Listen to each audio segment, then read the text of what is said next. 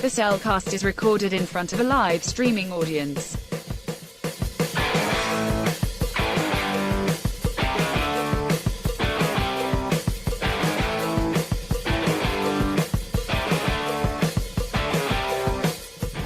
Hello and welcome to another episode of The Cellcast. Joining me today is a man whose girlfriend is not the planet Venus. Welcome, Jacob. Hey, what are you talking about here? Are you saying it is the planet? She is the planet Venus? I ain't saying anything at all. Because we know how much she likes true crime. Yeah, ain't true. Why, thank you. And let me introduce our co-host, a man who went down the bayou, went down to the Gator, went up, and all kinds of stuff. We got something about a frog and a princess. Welcome, Drew.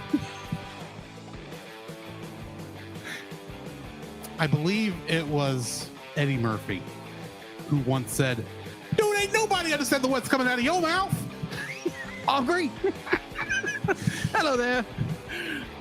Tonight we are reviewing the film The Princess and the Frog. Yes.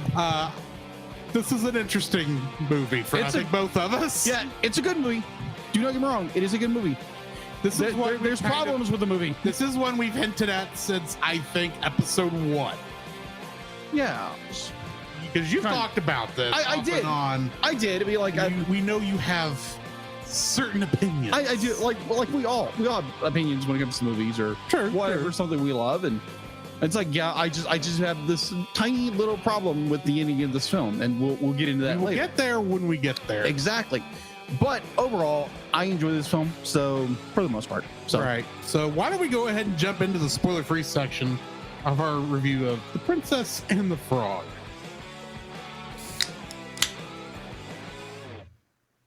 So close.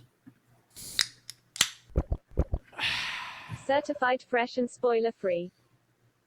This was my first viewing of this film. Really? Yeah. When this film was coming out, this was what, 2009? 2009. Mm-hmm. Yeah. I wasn't able to go to the movie theater on a regular basis. And for whatever reason, this movie did not make it onto the display rack at Walmart. At least not while I worked there. Really? So I don't know what the deal was with that, other than it probably hit like long before. But anyway, so I'd never seen this film. I had some thoughts from the trailers I remember seeing back in the day of what this film was going to be that I am happy to say did not come true. Okay. I had some preconceptions. Okay. But I went into the film as, open-minded as I could. Let's face it, the issues revolving Tiana's appearance in Ralph Breaks the Internet did not help that case any, considering how much they had to go back and change her skin color because it wasn't exactly right in that film, remember? That's right. I do remember that. So I admittedly had some bad ideas going into the film what it was going to be about. I'm happy to say those were not...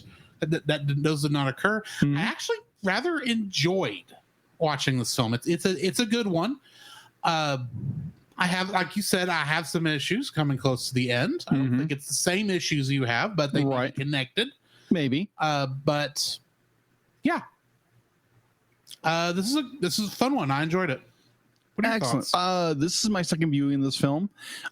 There again, I didn't see it in theaters. I heard through the grapevine that Disney was coming out with a classically animated film, and I was excited about it, but I just didn't go watch any theaters for some reason or another.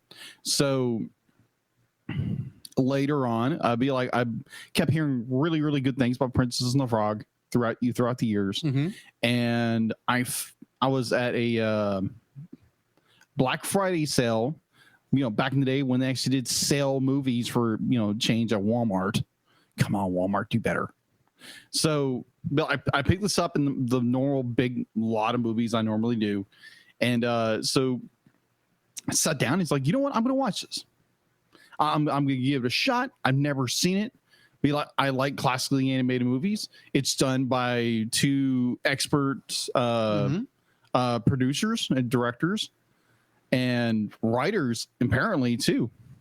So I sat down and watched it, enjoyed it, and then the movie started giving me issues, Which little ones here and there. right. So I watched it. Any of those issues change in this viewing? Yes, it did. Some Okay. some of those views did change. So we had, I can't remember what episode it was, but It was Adam's Family. Adam's Family, and Celeste was on as part of our get as our guest. Yes. So we get done with the podcast. We get done with the episode, and It was in the episode that discussion happened. That's right. It wasn't the episode. My mistake. So I point out my issues with Princess and the Frog, and then Celeste very graciously points out to where maybe I didn't see this part of the film, or it just skipped over. Or just something didn't stick. Yeah, something didn't stick with the film. Now, granted, I really enjoyed the film, but on this second viewing, I kept having the same issue.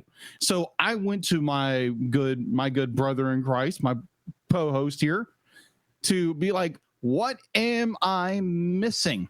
What am I missing in this film? So I wouldn't help you. no, you wouldn't whatsoever. I couldn't help you because it's like, this is going to be good discussion tomorrow night. Agreed. I don't want to ruin anything. True. So I've watched it for the second time. I enjoyed the film.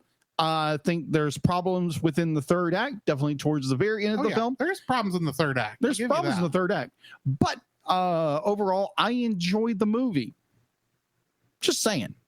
But we'll get into the nitpicking and dissecting this film later on. But overall, I enjoyed it.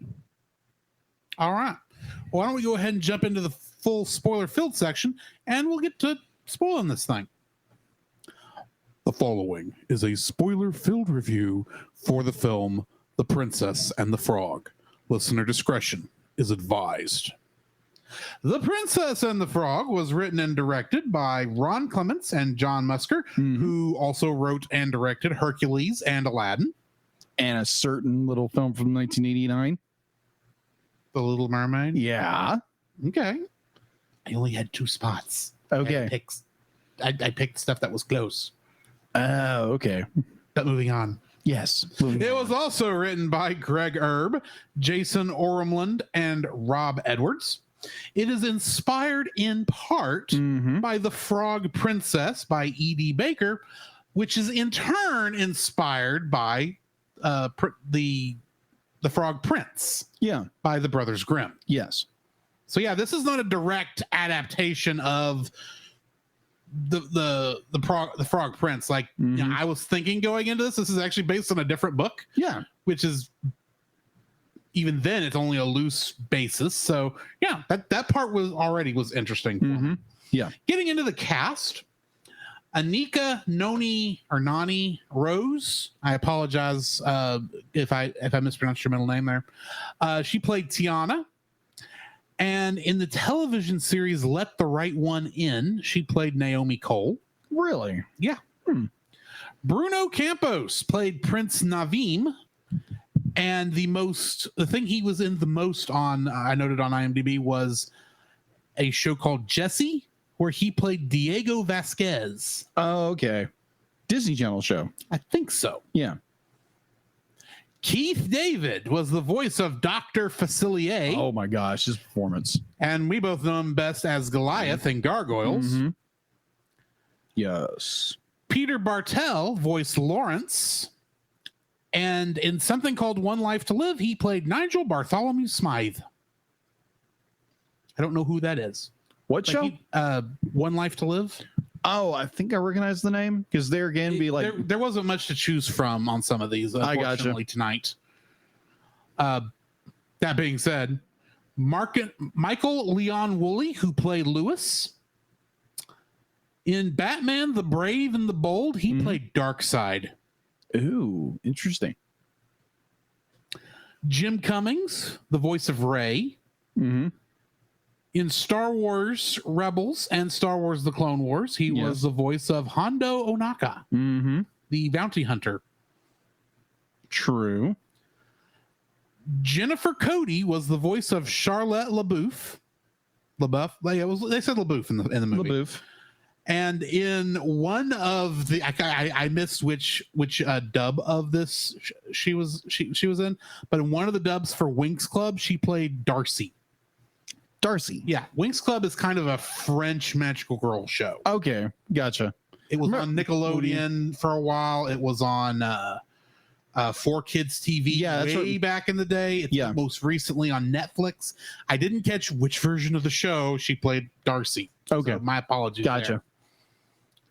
There. John Goodman was the voice of Big Daddy LaBeouf. And of course, he was Sully in Monsters Incorporated. Oprah Winfrey was the voice of Eudora. And if you don't know where she's from, I can't help you. Okay. You're not going to mess with me, the fact that I just slammed Oprah Winfrey for being in too much? No.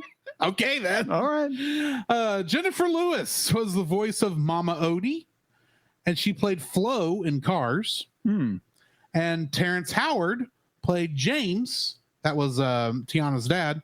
Oh. He played Rhodey in Iron Man. Yeah. The first Rhodey in Iron Man. Yes. Not the one we currently have playing now. Kingdom Hearts connections. Yeah. How many do you think we got?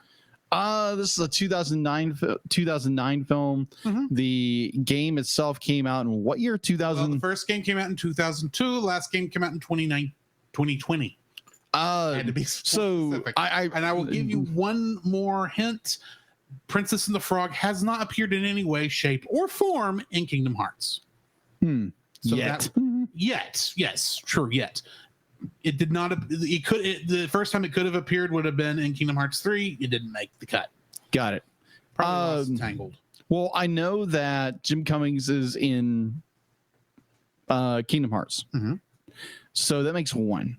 So I would make a solid guess of maybe 5.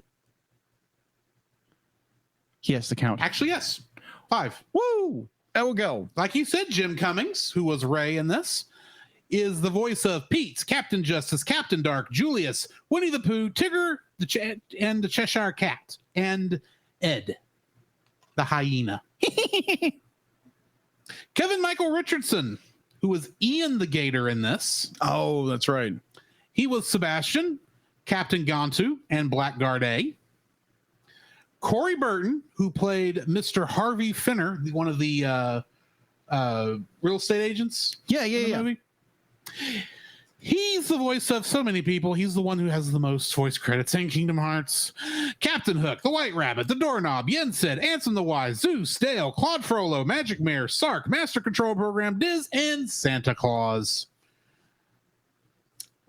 Fred Tatasciore was the Huge Man. That's how he's credited in this. And he was, of course, Kevin Flynn and Clue in from the Tron Legacy level of Kingdom Hearts. Right. And Mike Wingert voiced a character in this called Travis, who I have no idea who Travis is. But in Kingdom Hearts, he played Lord Cutler Beckett. One hitting on Keira Knightley throughout that movie. Oh. The one that actually says to Captain Jack Sparrow, "You're without a doubt the worst pirate I've ever heard of." Yes. But you have heard of me. Yes. That's what I got for Kingdom Hearts connections. I gotcha. What do we got in info and stuff? All right. So, info and stuff. It has an IMDb of 7.1 out of 10. Available to watch in Disney Plus if you are subscribed to Disney Plus. The Blu-ray is fairly easy to get a hold of. Blu-ray DVD, Yes. fairly easy to get a hold of. I don't think Princess and the Frog ever made it into the Disney Vault before. No, I don't think it Disney did. Plus went away, started. So yeah. All right. So production obviously was Walt Disney Pictures and Walt Disney Animation Studios, distributed by, of course, Walt Disney Studios. Release date. Curious, where do you think it was first viewed? In 2 places, mind you, and 2 places of the same continent. On November 25th, 2009. I'm guessing New Orleans Square, both in Disneyland and Walt Disney World. That's where I would put it. Yeah, I would too. But my other guess, since this is where a lot of the stuff now ends up over there, would be what is the name of that theater? in Hollywood. It's not the Hollywood Theater, but I don't think it's Grauman's Chinese because I think that's technically a different theater. Or it's not called Grauman's anymore because the company owns it, right? Which is the other reason I don't think it's that one. It's like the Los Angeles Theater or something like that. I don't know where the other one is. Well, you were close. It'd be like the first one you got right was in Los Angeles. It was in Los Angeles, California, close to Hollywood. Close. Yeah. All right. The last one I gave a hint. It's the other side of a continent. I'm guessing then actually Nolans. No, New York City. That makes no sense. It should have either gone to the New Orleans Square in both theme parks, right, or Nolans. Notice how I say Nolans because I've actually been to Nolans. I know how they say it. And that's how they say it in this movie too. Yeah, Nolans. Nolans. Right.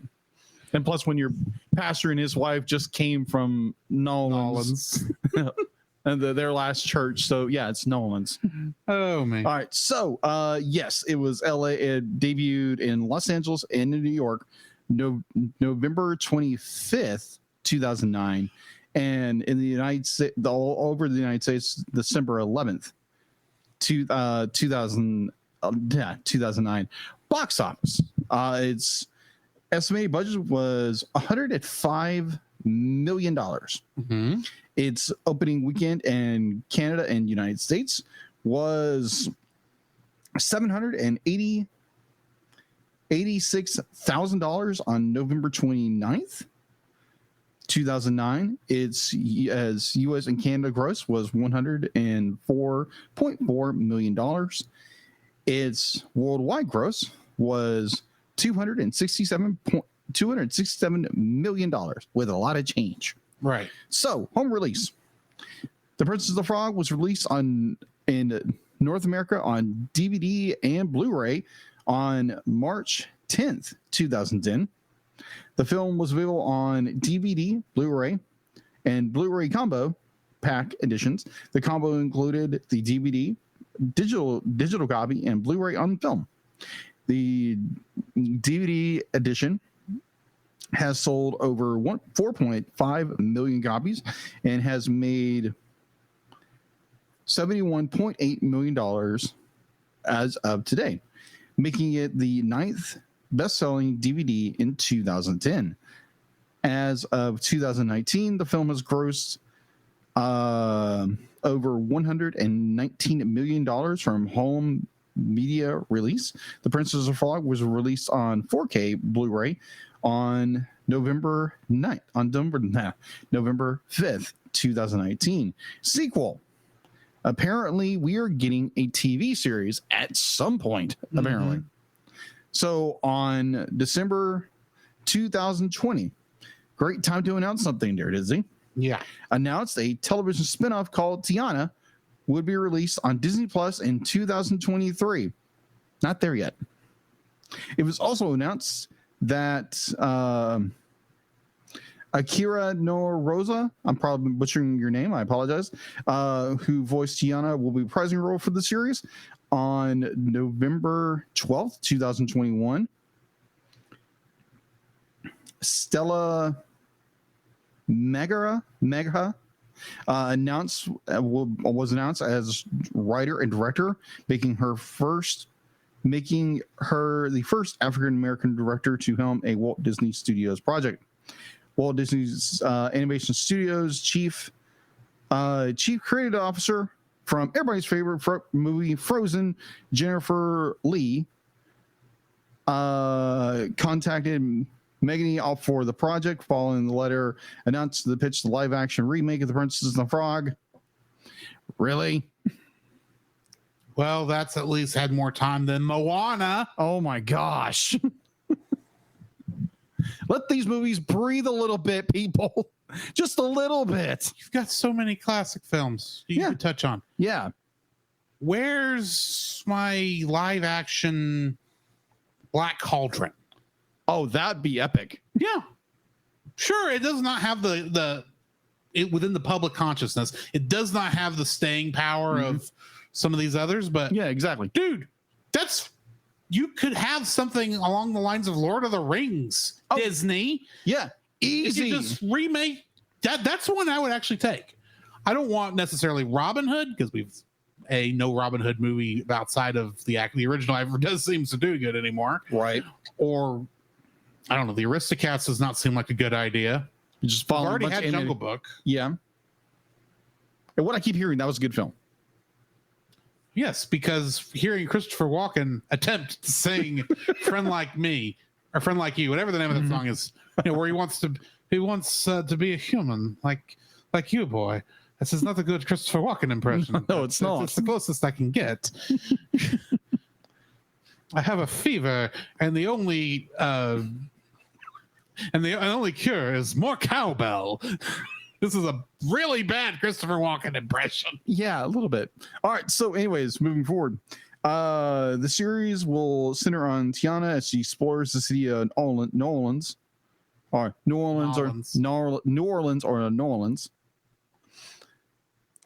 first look New Orleans. Yes, New Orleans. Really gonna get really pedant. Anyway, moving on. The first look at Tiana was revealed in 2021, with the series originally scheduled to be released in 2022, and was later changed to 2023 and eventually 2024 because it's stuck in development Hades. Exactly. The series go. Jennifer Lee. No, I was going to say James Woods. Since he's Hades, and that's where it's stuck in development Hades.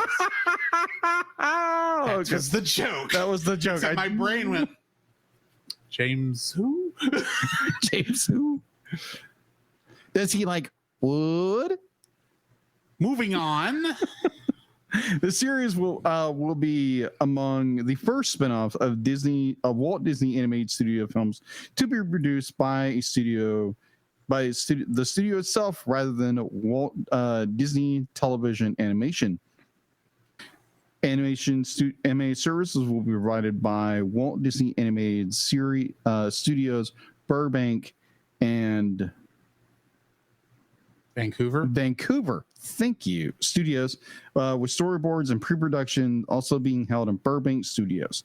So, and yeah, they're doing something with Splash. What is it? Splash Mountain? Splash Mountain is getting rethemed to be more Princess and the Frog. Yes. Themed, since Song of the South is actually, if we're being honest, considering that Splash Mountain was built in the 90s, if I'm remembering correctly. I think it was the late 80s, early 90s. Yeah.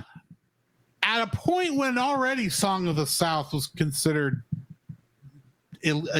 wrong, was considered ashamed. It's still kind of weird that they based it off that movie. Yeah, agree. And it's just putting that out there. Yeah, and plus, like Splash Mountain, I've never been to Disney World or Disneyland, but I keep hearing Splash Mountain was such a favorite. It is a favorite. It's actually done very well. Yeah. When I was there, most of the animatronics were still working. So we're be like, yeah. So just curious, whenever they get done revitalizing this into Tiana's place or whatever they're going to call it, I can't remember what it is, but yeah. So that they're doing that. They're doing that in the Disney parks right now. So that is all I have for info and stuff.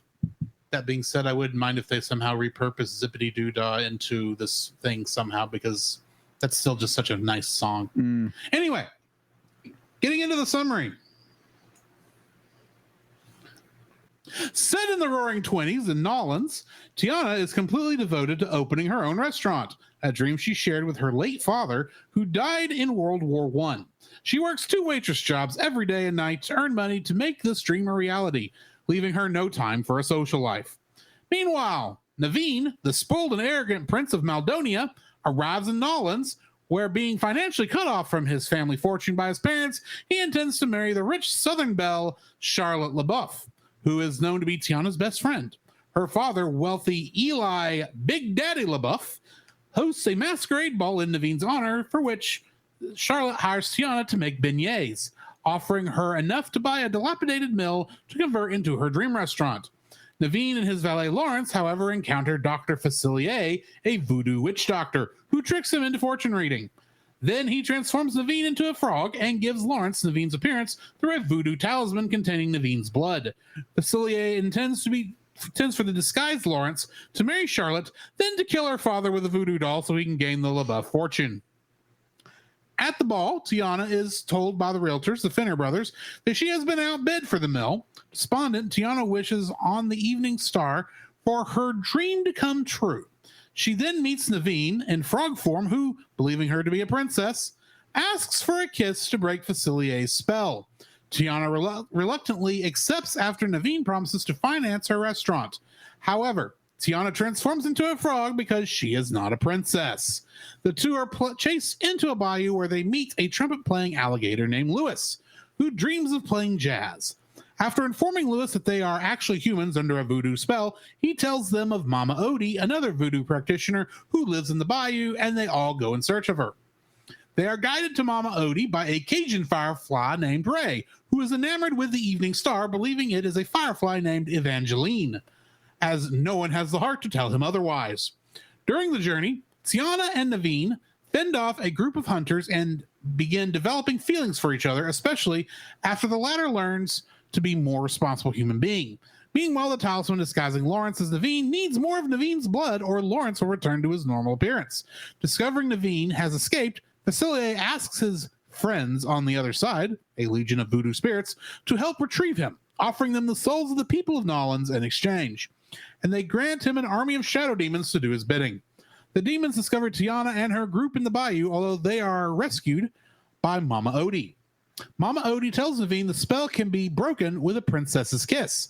Like they didn't already figure that part out. Mm-hmm. They realize that as Big Daddy has been crowned Mardi Gras King, Charlotte will be a princess until midnight. The king hitches a ride on a paddle steamer back to Nolans, during which Naveen tells Ray about his love for Tiana and plans to propose marriage to her. Although after talking to her, he selflessly decides against it, since transforming him and Tiana into humans and financing Tiana's restaurant is contingent on him kissing and marrying Charlotte. Which is not what Mama Odie actually said. Mm-hmm. The shadow demons find and capture Naveen and bring him to Facilier, who uses his blood to replenish the talisman.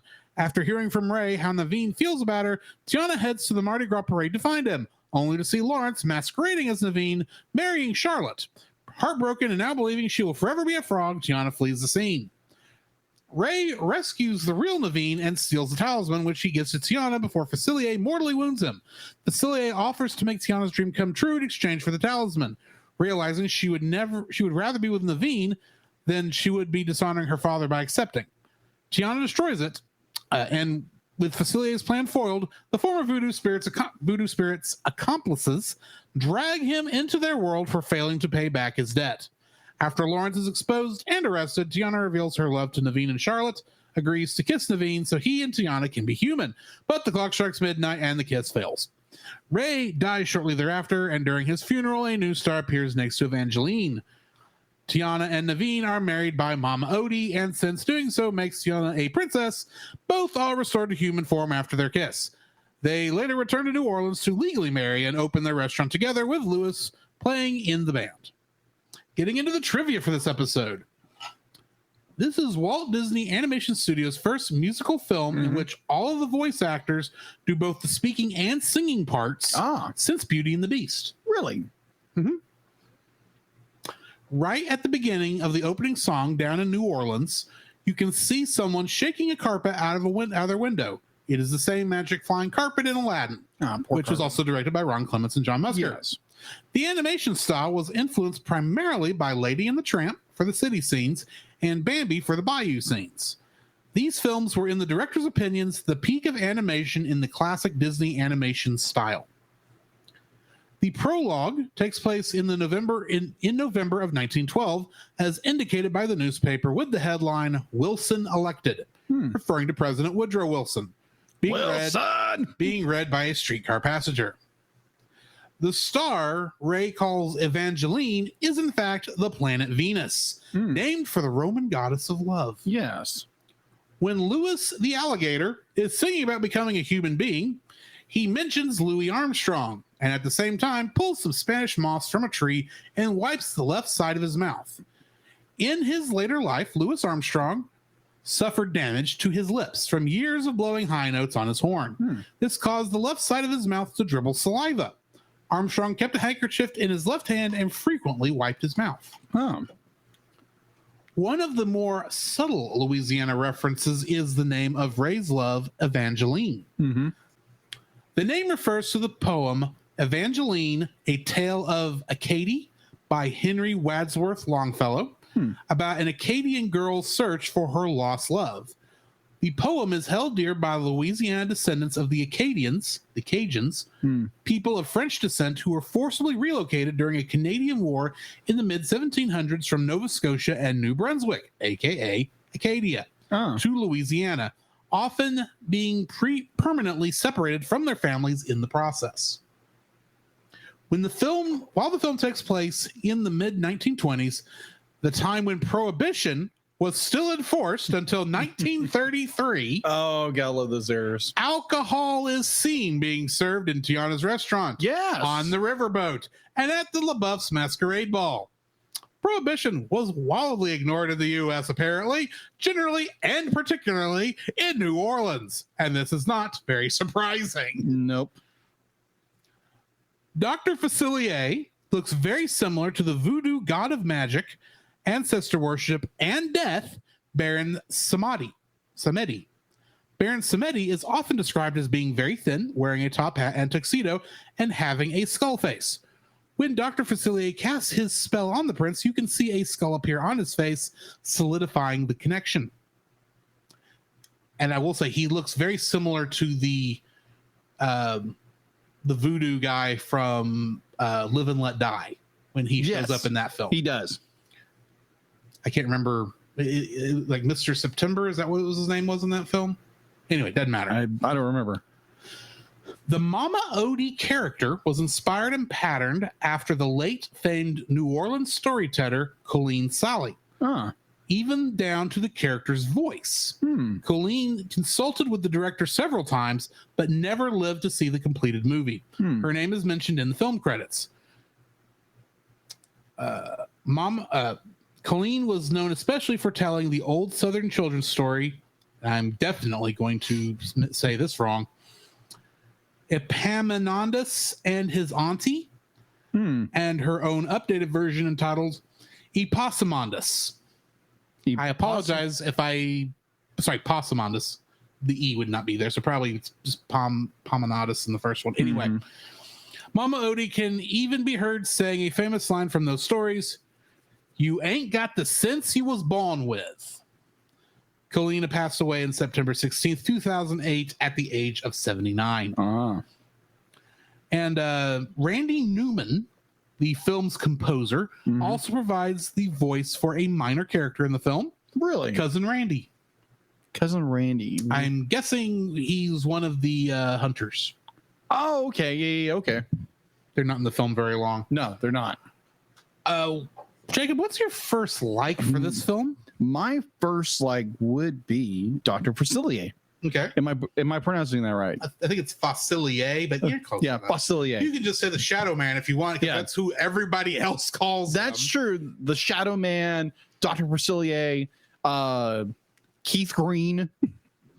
The voice. Not Keith Green. That's a country. That's a Christian music singer. I'm sorry. Wrong Keith. My apologies.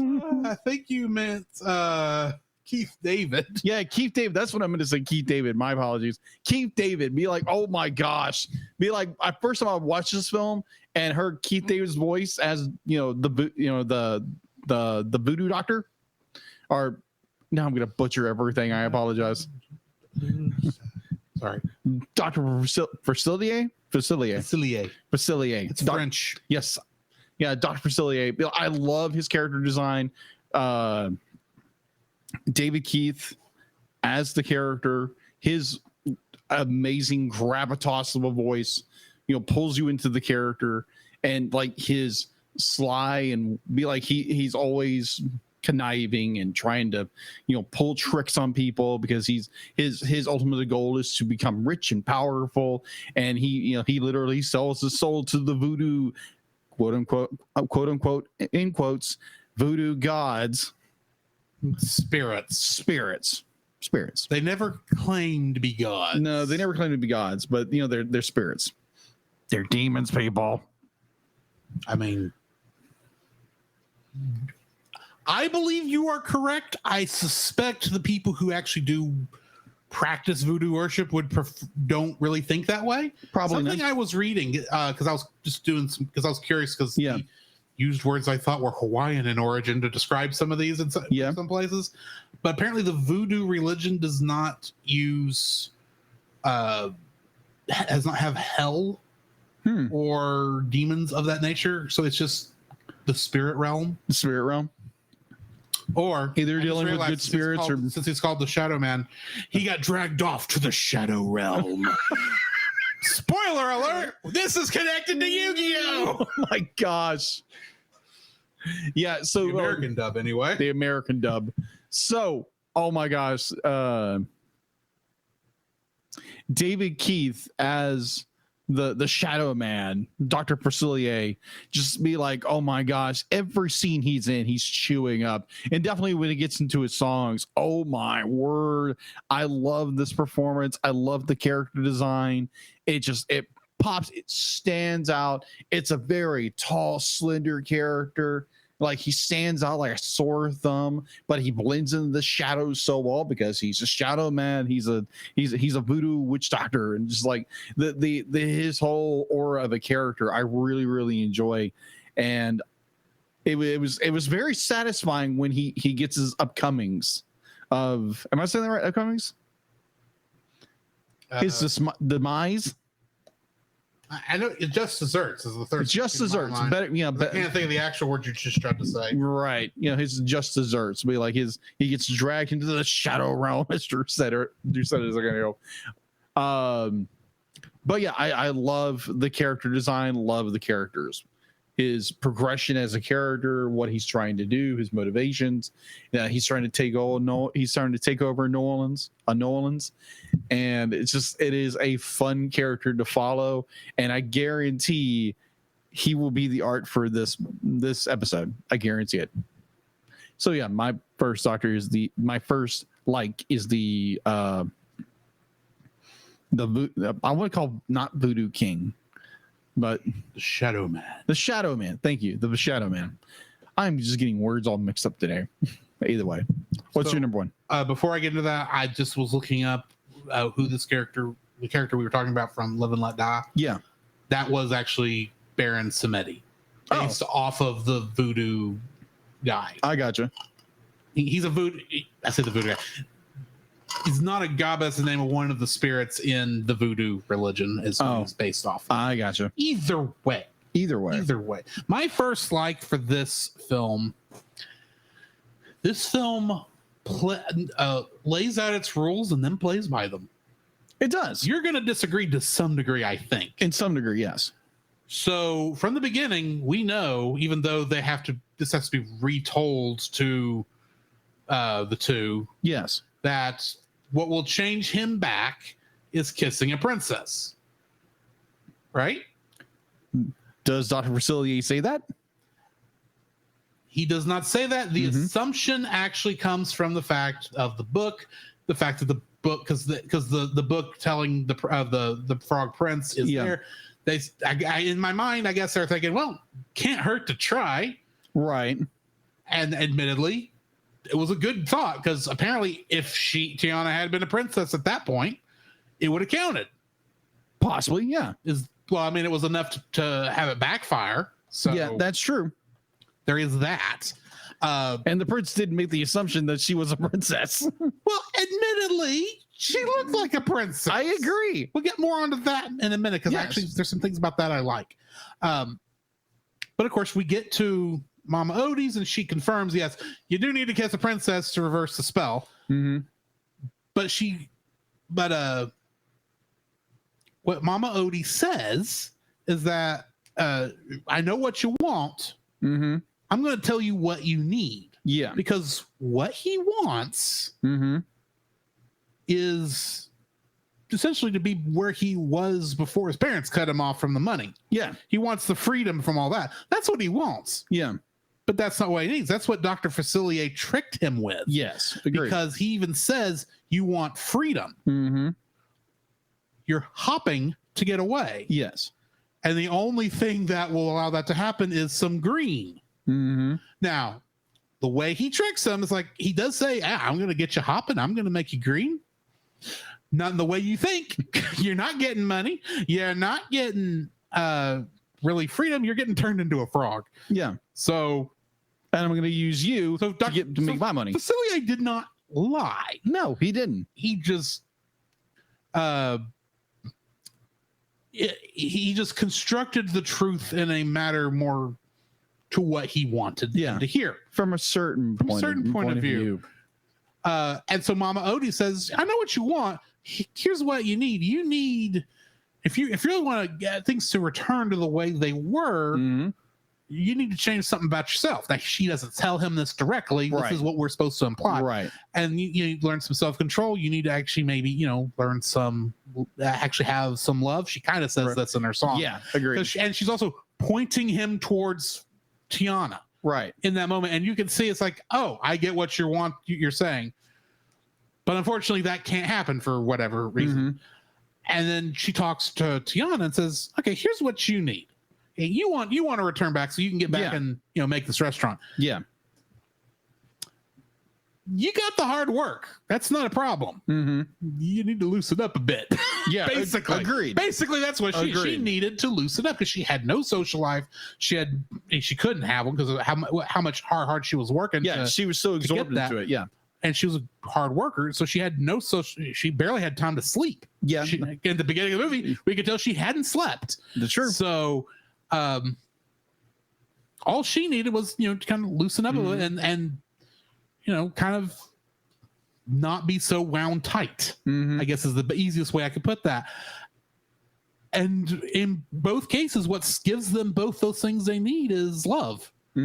Falling in love with each other, but they immediately can't do that, even though they kind of think, oh, this is what we need to do, but we can't do that because different reasons. Yeah. And it says, well, if that's how it's going to go, here's what, a princess will definitely do it. And by all technical accounts, your friend Charlotte is a princess right now. So you have until midnight. Yeah. Get going. That's where that point came from. It was like until midnight. Okay. Until midnight. I didn't catch that part. Yeah. You have until midnight. Yeah. So they get back there. And because Charlotte will not shut up, the clock goes over and she's no longer a princess, so can't turn Naveen or Tiana back. So this is the part where it starts to get into a little bit of my dislikes. Okay. So I'm going to skip over this little bump to get to the end. Bump. It's a bump. Yeah, just skip over this bump because we'll come back to it later on. The fact that, and I'll admit this, I didn't catch this going into it, but when they explained it, it made perfect sense. When they're married, she's technically a princess, which means their first kiss is husband and wife. That's why it's able to transform back, because at that moment she's a princess, so the spell works. Agreed to an extent, yeah. It's a legalistic, technically correct point of view, and admittedly, I would love to know how the magic in this works. But the thing is, that makes more sense than Charlotte's a princess until midnight. That's true. And I didn't have a problem with that explanation earlier in the film, so how can I have a problem with this one? So, I mean, it worked. Even when it's stretching its rules a bit, it still plays by those stretched rules. Yeah. Later on in the film, and I appreciate that, because not every film will do that. Right. A part of me wants to cry plot convenience for some of that. Yeah, agreed. I'm sure you understand. Yes. Except none of this feels like they shoved it in at the last minute. This feels like they set it up slowly, because they did set this up. Oh, I agree. Yeah. Slowly over the course of the whole movie. And it's not that like it feels like, oh, we shoved this in here to make sure this would clear here. Yeah. Tried to hide us trying to set in this so we could get our happy ending. No, this was like part of like the original thought process is what it feels like. Yeah. Like this is part of their story. And to double check this, since this was based on a book besides The Frog Prince, I did a reading on, I did not read the whole book. I just read the Wikipedia article on The Frog Princess. Cliff Notes. the summary. Yeah. And basically, the same thing happens. Really? Yeah. Basically, it's a little more complicated than that because it is an entirely different story. But if you're looking at major plot points, Yeah. she gets turned into a frog because she kisses the prince, and she's not a princess. And later on, at the very end, after they're quote unquote married, they kiss, and because now she's a princess, they turn back into humans. Mm-hmm. So it's not like they came at it like at the last minute. It's like, oh, we need this super technical reason why they can turn back to being humans and everyone can get their happy ending. Yes. It's not like that was the intent. I'm not saying that's not how it was used, but it's not the original intent. It's just, and besides, it wasn't a purely happy ending, but we'll get there. It just, this was that, at least that plot point of how they would turn back to being human at the end was thought out from the conceptualization process, not shoved in because it's like, oh, we can't have this movie end on a sad note. Right. Even though they really felt like they were heading that way in a number of times, but we'll get there in a minute. Which, I mean, like in a good way, not in a good way. I would say if they would have gone with the simple explanation that, like, the never mind. That's going into my dislikes for a minute. But all I'm stating is if they, and this is I will let you have your entire time in the dislike section because I understand where you're coming from and we've talked in the past. If they had left out any of those moments where they explained like why, like if it had just come up to, oh, they kiss at the end because now she's a princess, it works, and they had no setup before that point at that point, I'd be right there with you. That would definitely be full-on plot convenience. Yeah. But they set it up like over the course of the whole movie, like, this is the rule. We even bring in the frog princess and frog prince early on to set, here's how this works. Princess kisses a frog, the frog turns into a prince. Yeah. So it makes sense at the end, a princess who is now actually a princess, kissed a frog, and he turned into a handsome prince. And then she turned into a beautiful princess. Right. It works. It was thought out. It was not thrown in at the last minute. Yeah. Which is what the way you described it when we had talked in the past, I thought was going to happen. Yeah. But besides the point, that's my first like, is that it sets up its rules and then plays by them. Okay. I agree with you to a slight extent, but we'll get there at my dislikes. We'll get there when we get there. Exactly. I knew this was going to be a point. Exactly. What's your second like? My second like would be the return to classic animation.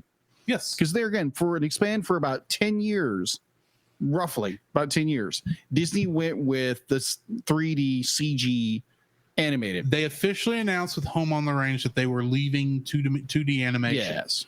With no thought of ever coming back to it. And because of John Lasseter, we got at least 2 more movies in that classic style. Exactly. And they have not said they will never go back to this. It's just depending on what the director in charge of the project wants to do. Exactly. So I love this return to classic animation. It's hand-drawn.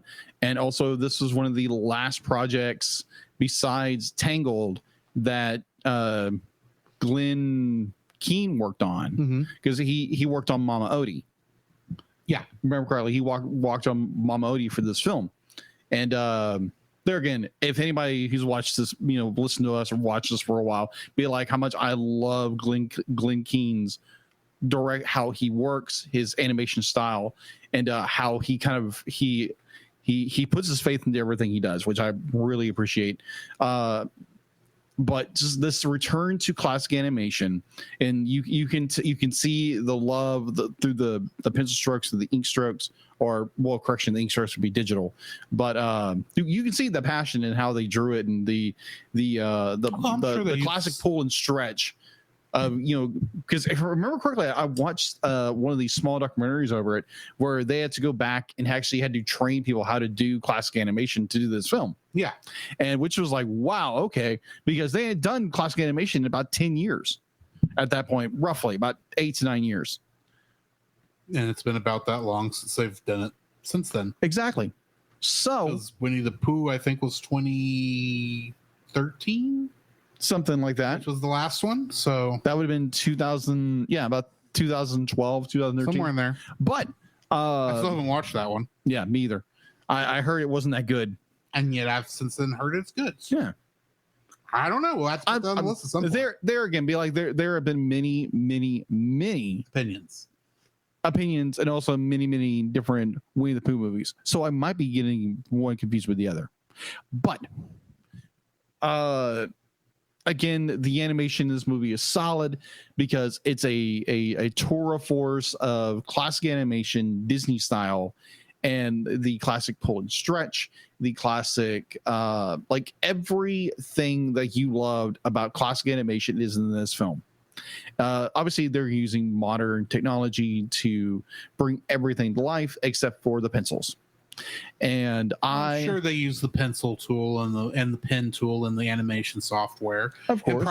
It probably drew on like Wacom tablets. No, with a pen. No, they didn't. Some sort of digital way of doing that, of capturing brushstrokes. Oh, I agree. But they I said Wacom because that's the one I know. Yeah, that's the brand I know. Yeah, Wacom was one of the ones they used. Mm-hmm. But like for I know the software I think was Toon Boom. Toon Boom. Yeah. That's the name of it. Okay. It's better than Flash. True. Doesn't say much. True.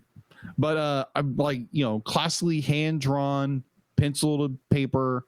Be like they probably used the Wacom to animate this in a lot of ways. Mm-hmm. But the cream of resistance is that it's classically animated. It's not using CG rendering. It's not granted, everything you have character designs and the whole of it for the most part more traditionally done.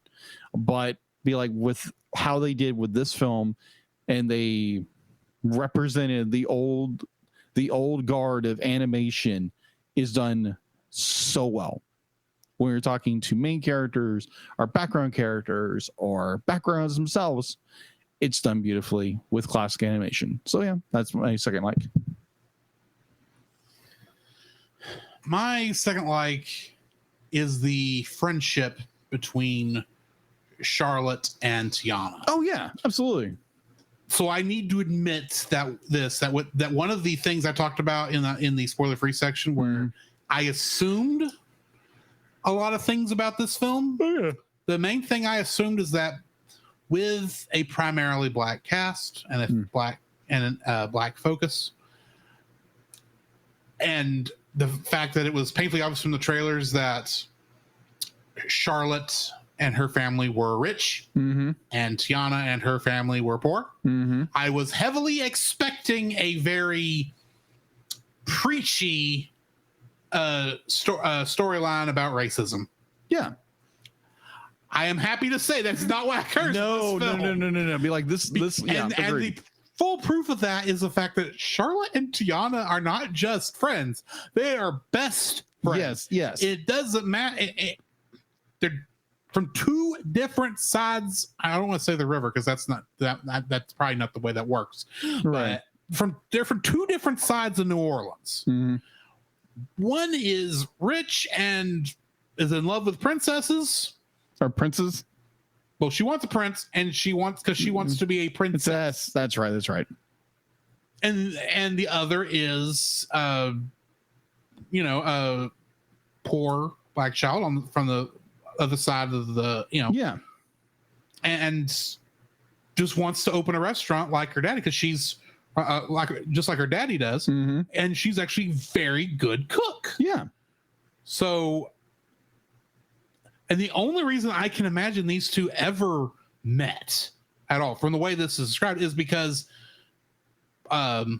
Big Daddy knew that Eudora was the best seamstress in town, wanted to have the best princess dresses for his little daughter and probably some other clothes. Probably. Being honest. Yeah. And she brought Tiana with her. And they met and they talked and they became good, fast friends. And I would assume the family is actually good friends. Yeah. Even though this is not a very friendly time in history between the two ethnicities. Yes, I agreed. And I was afraid, what I was afraid was going to happen was that, since I knew about the scene when they were children, I assumed that she was actually that Charlotte was going to be a villain. Mm. She was going to be some stuck-up, rich, snobby girl, and Who just pushes Tiana around? Somehow, maybe Lawrence fell in love with her and is now doing everything he can in order to marry her, but she will only marry a prince, aka Prince Naveem, whom he hates, which is very obvious even at the beginning of the film before he gets the idea. He's not a big fan of his charge. I was expecting that to be the case, to where, and maybe even Big Daddy was even going to be involved in this on some case. And then, of course, Dr. Facilier, while involved, would trick them into doing all this stuff and then would backstab them by the end of the film. And then maybe there would be forgiveness at the end. I don't know. Yeah. This was my thought process at the time. And I'll admit, this is part of the reason I stayed away from this film, because I was convinced it was going to get preachy. Okay, fair. And that's not what happens. She's not a villain at all. No, she's not. She does get, pulled into the plot because, ironically, she's the one that's got to be married in order for everything, for the villain's plan to work. Agreed. But the best example I can give of their friendship and really what cemented the fact that, there's no way on earth that she's going to be a villain by the end of this. Yeah. Because I was so convinced for like the beginning of this film, this was how this was going to go. Yeah. When Tiana gets, was it mud that she got sprayed all over her at the party? She got dirty somehow. Yeah, and her costume got messed up. Yeah, and so she had to change. Well, Charlotte, who was very Prince crazy at the time, especially since the Naveem facsimile was at the party, would have been.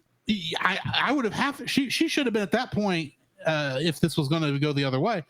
So crazy. She's like, oh, you can have one of my dresses. They're upstairs, and then just leave it be. Yeah, but no, she took her time. Takes her upstairs, gets her probably one of her best dresses, helps her get set up, which I don't know how long it takes to get into one of those things. Yeah. I suspect it's not a short amount of time. Yeah. And yet she leaves her up there because she knows Tiana's feeling melancholy because she just learned, she's not getting the building that she put the money down for. Yeah. And plus we need to have an excuse for them to kiss later on for Naveem and her to kiss. There we go. But she doesn't just run down as soon as she gets there. She's like, no, she helps her, gets her everything. It was like, these are not just friends. These are not just best friends. These are girlfriends. Yeah. These are bosom buddies that are not going to get separated anytime soon. And the fact that, and it occurred to me after that, the fact that she paid probably far more for those beignets than they were worth. Oh, yeah. Because she knew, this not only will this get me what I want, and it'd be a great plan, this will finally get her the money for her restaurant so she can, not be working so hard. And in this way, I'm not embarrassing her by giving her a ton of money. Yeah. Because I'm sure the money situation is a point of contention between them. It'd be a point of awkwardness anyway. Probably. So she came up with a brilliant way to help her friend and get something that she needed without causing an awkward situation or causing embarrassment on either side. Charlotte, as airheaded and spoiled brat as she is, because she is. Yeah, agreed. She's probably like the best character in this film. I would agree with you. In terms of best supporting character in this film. And I was not expecting that going into this. Yeah. So it's like, wow. I love that this friendship exists because it has no reason to. Yeah. But it does. And it's like, this makes me just so happy. So the friendship between Charlotte and Tiana. Yeah, I would agree. Like their dynamic as characters are done very well. But like you have, they are two not polar opposite characters. No. Obviously, they come from different sides of the city, but they come together in a mutual friendship. As sisters. Yeah. As best friends or girlfriends, that they're there for each other, and be like, it doesn't matter what their skin tone is. It's about who they are. Yeah. Their friendship, their bond with each other. With, like you said, with the example that Charlotte realizes that her friend is in a melancholy state. Her costume has been ruined, and she takes her time because she cares for Yeah. Tiana to go up to her room and give her a second pair of clothing, and to Which was a nice little throwback to Cinderella's dress, I have to say. That version that dress she's wearing in that shot. Agreed. And especially since Charlotte is dressed as Aurora, basically. Yes. So my one little thing is like you have the size difference between the two characters. Be like you have Charlotte and then you have Tiana, who are different body types. Yeah. So I'm thinking like, okay, did she just buy? Did she get this? Did Tiana's mother make this dress for Charlotte? Right. And it didn't like fit, and it didn't fit, so because it fit Tiana. Yeah, it made Tiana. So I guess it would be more of be like, this is a gift to my friend.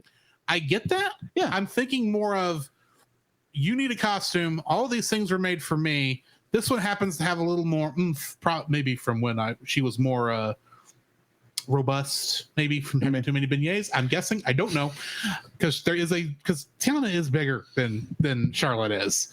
Not by much, but a little bit. Not by much. And I suspect it's like, okay, this one's a little bit bigger. It kind of fits yet. We'll just pin this up and worry about it later. Yeah, exactly.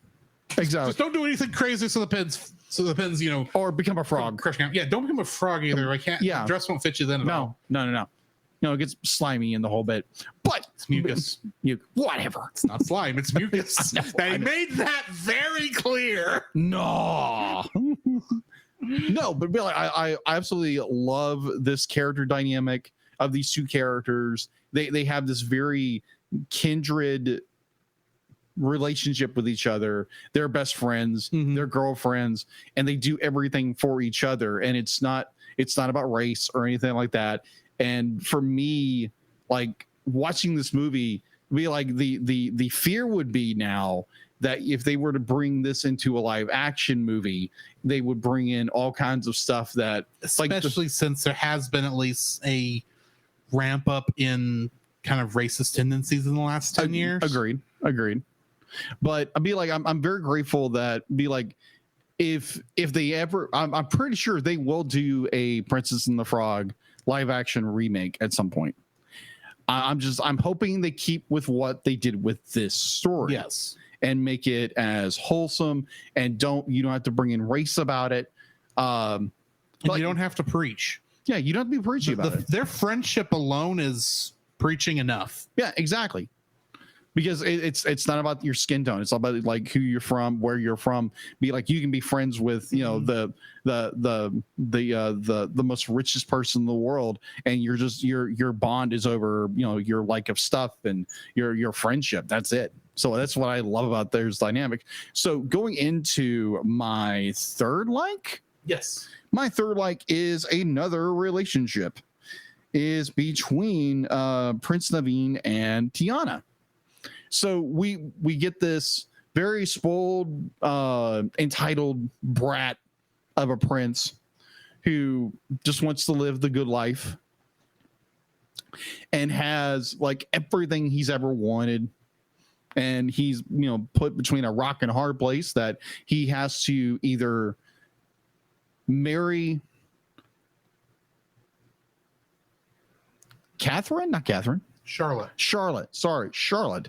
Has to marry Charlotte in order to have wealth again because his parents can cut him off. If he doesn't, he has to get a job. That's what he doesn't want to do. And so you have Tiana, on the other hand, is probably one of the hardest working Disney princesses there is. Let's just say that. Let's be honest. And doesn't know how to be fun because she's trying to build towards her dream. And she doesn't know how to cut loose because she's so focused on what she's doing, and which that's a good thing. But at the same time, she needs to learn how to live a life, or at least learn to live outside of her dream. So you have these two characters. They are their fates collide. And the misunderstanding between what's going on with each other, that they are both now frogs and they have to traverse the swamps of Nolans to get to Mama Odie. What's in there? Yeah, it's Mama Odie. You have to get to her place in order to find out how to do you get the things right, get things done. And Mama Odie does bring up a really good point because you have these two characters. They have goals of their own, and that's what they want, but it's not what they need. Mm-hmm. So be like, and so you over the course of the film, be like these two characters. Now, Grant, I don't necessarily, because this happens over what, a night, 1 night, 2 days, 2 days, maybe. I think it's 2 days. It might be 2 days, but it's 3 days at most. Yeah, it seems like, to me, it seemed like it was 1 night. It could be 2, but it seemed like it was just 1 night. But then that doesn't make any sense because you have another night where they're. But either or, it's a 2-night thing where two characters start to fall in love with each other. Now, do I believe in the idea of two people who can fall in love with first sight? Now, as a guy, I don't think that. I know most ladies believe that. I necessarily don't believe that. But for a guy who's now like fallen deeply in love with a woman, be like, I can get that, but maybe not in 1 night. But I love the characters' dynamic to where they start to, loosen up around each other. They're trying to, get to know each other as people or as frogs. And I love their dynamic as characters because they're both, again, kind of like Charlotte and Tiana. They're coming from 2 different worlds, and they're learning to learn from each other.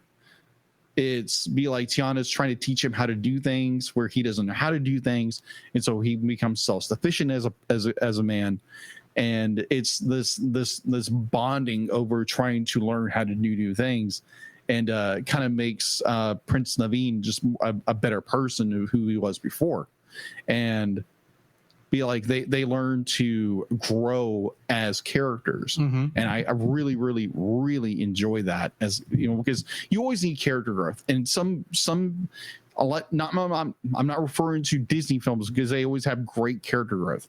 In other films, you hardly see character growth in some films, and it's nice to see that in animated form. So yeah, the relationship between Prince Naveen and Tiana is done very well. What is your third like? My third like, I'm going to bounce off of one you already said. Okay. But mostly it's part of it is Dr. Facilier, but mostly it's his villain song. Oh, yeah. I got friends on the other side. He's got friends on the other side. This is a special thing we have down here in New Orleans. No, nothing to worry about there. It's like, yeah, nothing to worry about. No, there. That's of course nothing not. to worry about. He's just voodoo, and voodoo is like not exactly something you should be playing around with under the best of circumstances. Exactly. But I mean, his character is so much fun. In this, and the way he moves, but it's shown perfectly in that sequence. Yeah. During this whole sequence, if you watch when he walks in front of the shadow, his shadow is on the wall there where the floral pattern is. The floral pattern turns into skulls. Oh yeah, which is like, that's brilliant. Yes, exactly. And it's not thrown in your face. It's not, look at this cool animation technique we just threw in here. Isn't it amazing? It's like, look, it's skulls. Did you catch that? You didn't? Oh well, it's fine. Doesn't matter. We're just adding some nastiness to the scene, to the ambiance of this scene. Yes. And I'm like, ooh, I'm like this, because you could just tell this is they let this guy be a villain before they explained his entire motive. We don't even know why he's doing any of this until halfway through the film, when he realizes, oh, Prince Savima's gone. I gotta send my friends out. Hey guys, I know I owe you a lot of stuff, but if you help me out one more time, I'll give you all the souls of New Orleans. I'm going, that's a mighty big bluff, if we're being honest. Because even if your plan goes to fruition and you get Lawrence and her married, and then you kill Big Daddy, and he gets all the riches, Mm-hmm. even if all that happens, it's going to take a lot more positioning to actually get you to be the king of New Orleans, as you're perceiving to be the king of New Orleans, if that's what you're going for. Mm-hmm. So, and even then, how do you give other people's souls to the voodoo gods? How does that work? It's a little bit of a guess, but it's like, okay, you're just going to sacrifice all of New Orleans into a post-apocalyptic voodoo hexscape, just so you can be in charge of it. It's like, okay, but still, it's so cool watching him move during that whole sequence. The animation in that, the fact that the evil green magic, Disney's evil green magic that they use in like everything in here is represented by the potion, just swirling around and everything. The movements on I keep thinking of them as tiki masks. Yeah, but they're not tiki masks. No, they're not tiki voodoo masks, yes. I guess. And the other little dolls throughout the thing as it's going dun dun dun dun dun dun dun dun. It's like, oh wow, it's like you just I love how it's understated at the beginning when he's still trying to lure them in, and it's like, oh, you shook my hand. It's you just agreed to this. Now we're gonna go full darkness, and you make sure you are very much aware this was not something you should have done, buddy. And to just go whole hog on it. Even Lawrence is looking, going, maybe this was not a good idea. Yeah, maybe. Just maybe. And it's like, oh, it's the action, the movement, the whole thing. It's like, my only problem with this is we get nothing of him really before that scene. That's true. He doesn't even speak until he is talking to Lawrence and Prince Naveem. But he shows up in the background because I remember seeing him like in the opening song, going, "Wow, they're showing you off pretty early. Are you going to speak?" No. Okay. Oh, look, you're here in the restaurant. Are you going to speak? No. Okay.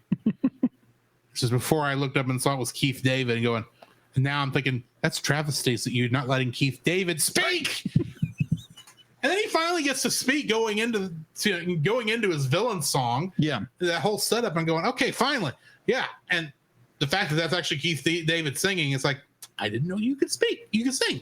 That's awesome. And let's face it, there's a couple of those moments in there where it's like he goes full Goliath. Oh, yeah. With his voice. Oh, my gosh. Yes. Yeah. If I had forgotten you were Goliath, I haven't forgotten now. But because I will admit, there was a couple moments I was like, I recognize this voice, but I don't know who it is. And then he says something and I go, Goliath! It's Goliath!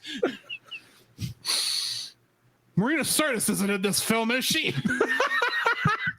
Maybe that's his mother. Oh my gosh. Royalty on his other half. I don't know. I'm sure not, I was gonna say evil Will Records. I was like, evil Jonathan Frakes is hanging around here somewhere too. But yeah, it's like that whole sequence was like, I don't even know what's happening right now. Yeah. I don't care what's happening right now, other than I'm glad I'm not you, Naveem. It's just all going to sucker. It's all going to Hades in a handbasket. That is true. It? Yeah. Good job there, Naveem. You made that'll teach you to just do things without thinking about it, won't it? Not for a while, but still. True. So yeah, that whole sequence of Friends on the Other Side, it's a great villain song. Oh yeah. It's a great animated sequence. It's really the first time I felt this movie showed off. Because even though there was everything else before this was just very subtle, understated, it could have been a play for what we were saying. Yeah. But then it's like, okay, now we're getting into the voodoo magic. Let's have some fun. Yeah. With what we're doing. So yeah. Cool. Friends on the Other Side. Yes, amazing song. I probably need to, find that on Apple Music and listen to it more because that's a fun song. So it's not the best Disney villains. No, it's not. But it's a good one. Yeah, I wouldn't want to sing along to this one in the car. I'll put it that way. Yeah, I would say probably Dr. Facilier is he's not one of the best Disney villains we've ever had, But I've got some issues when we get to dislikes. okay, but he's in there. He's in there. Is probably one of the best. All right, so dislikes. So, I know you got the big one. I'm letting you have the floor. Well, I'm not gonna hit with the big one first. I'm gonna hit with the little small ones first, and then I'll bring the hammer. Okay, so we're doing like we did with Nathan for Annie. Yeah, in a way. Now, granted, be like my viewpoint on the situation has softened a little bit, but it's still There's there. still issues. There's still issues. I will admit there are issues with the ending of this film. Yes, there is. But my first dislike is the stupid frog hunters scene. The frog hunters. The frog hunters. It is such a pointless scene. I understand, be like, oh, we've got to put Tiana and Prince Naveen in peril situation, but we have to make them really, really stupid frog hunters. You know, froggers, as they would call them. But it's just like, I understand they got some really good talent to do the voices and the whole bit, but the scene is to me, it's completely pointless. It just drags the story out a little bit. It's filler. It's filler. That's all it is. And be like, you're clipping along this really, really good beat. It's kind of like in Frozen 1, where you get this really, really good, like flow of the characters. Then all of a sudden you get introduced to Olaf and the story stops to tell his little story. And it's like, great. This, in a way, is similar because you meet these three characters who are only in this one scene for about 4 or 5 minutes, maybe. Mm-hmm. And it's just, I understand it's setting up to where Tiana and Prince Naveen are, learning to work together, that they actually do care about each other, but it's a pointless, it's such just filler. It's a filler scene, and it drove me nuts. Like, the first time I watched it, I didn't pay attention to it. Yeah. This time I paid attention to it ever since I'm reviewing for the podcast. I did pay attention to it, and it was like, this is filler. This did not need to be here. This could have been a much simpler, maybe even a more escalated point. And I know they're trying to put more comedy into this movie because it's a little more of a serious movie. But this is not the way to put comedy in here. Like, guys, we could do a little better, like with the arrangement of how the story is told in this particular area. You could have done something that's just amazing. And like, again, they're trying to throw in more comedy. This point didn't need to be there. So yeah, the Frog Brother Hunters didn't necessarily have to be in this film. I think it was filler. It was just be like, hey, let's pad the runtime of the film and make this movie a little bit longer. You could have written a better scene for this. Just saying. So yeah, the Frog Brother Hunters could have been nixed and probably been better, a little better. Mm-hmm. So yeah, that's my first dislike. We'll get in a little bit later. My first dislike, kind of based on yours. Okay. But it's basically the fact that they had to keep inventing people to chase Tiana and and Naveen. You have a villain. Yes. You're telling me he has no support network besides his friends on the other side? Oh, agreed. Yeah. You're telling me he can't call somebody up, one of his buddies up in the swamp, and say, "This is going to sound weird, buddy, but I got 2 frogs I need you to catch. Mm-hmm. Just catch all the frogs. You eventually get one of them. They're on their way this direction." Granted, he didn't know Naveen escaped. Yeah. There's another problem. Let's just start back, because I know what the core problem with this is. Mm-hmm. As great as a villain character that Dr. Facilier is, his plans and his awareness of the situation sucks. Agreed. He is completely unaware that Naveen escaped. Yeah. For a day. Mm-hmm. How do you not know that the frog that you're supposed to have in the little cage on your wherever he had it stored? I didn't catch where he realized it was gone. You should have known he escaped like fairly quickly. and already had people looking for him. Yeah. In fact, why don't you have those be the people who chase them out of the party? True. And then those people continue chasing them through the swamp. Yeah. So that there was a constant, like, we got to make sure we don't get caught by these people as we try to get to Mama Odie's. And we're dealing with this alligator Yeah. who apparently doesn't have good directions, Yeah. which I feel is a reference to the Muppet movie. Okay. Well, you don't take directions from an alligator. Okay. Fair. That came up. True. But anyway. I like that point. That's a really, really good point. But it's like there is no... Facilier doesn't know that he's gone until halfway through the film when he goes to get more blood for the charm, and he can't find the frog. It's like, he escaped. It's like, yeah, a day ago. How did you not catch this? Didn't you wonder about the 2 random frogs that caused such a ruckus at this party you're at? And you didn't think, that's Naveen. Who's the other frog? I don't know, but we'll worry about that later. Yeah. Hello, and then as much as I talked about, I'll get to that part in a minute. Yeah. We don't get any sort of chasing from Facilier. Mm-hmm. It is player versus environment until Facilier goes, oh yeah, I gotta have the frog. Where is he? I don't know. I'll get my friends on the other side to find him since I don't know where he is. At that point, it's like, okay, now we're facing the enemy again. Before this point, we were just facing chaos in the wilderness. Yeah. Facing the wilderness can be fun in a movie. Agreed. Yes.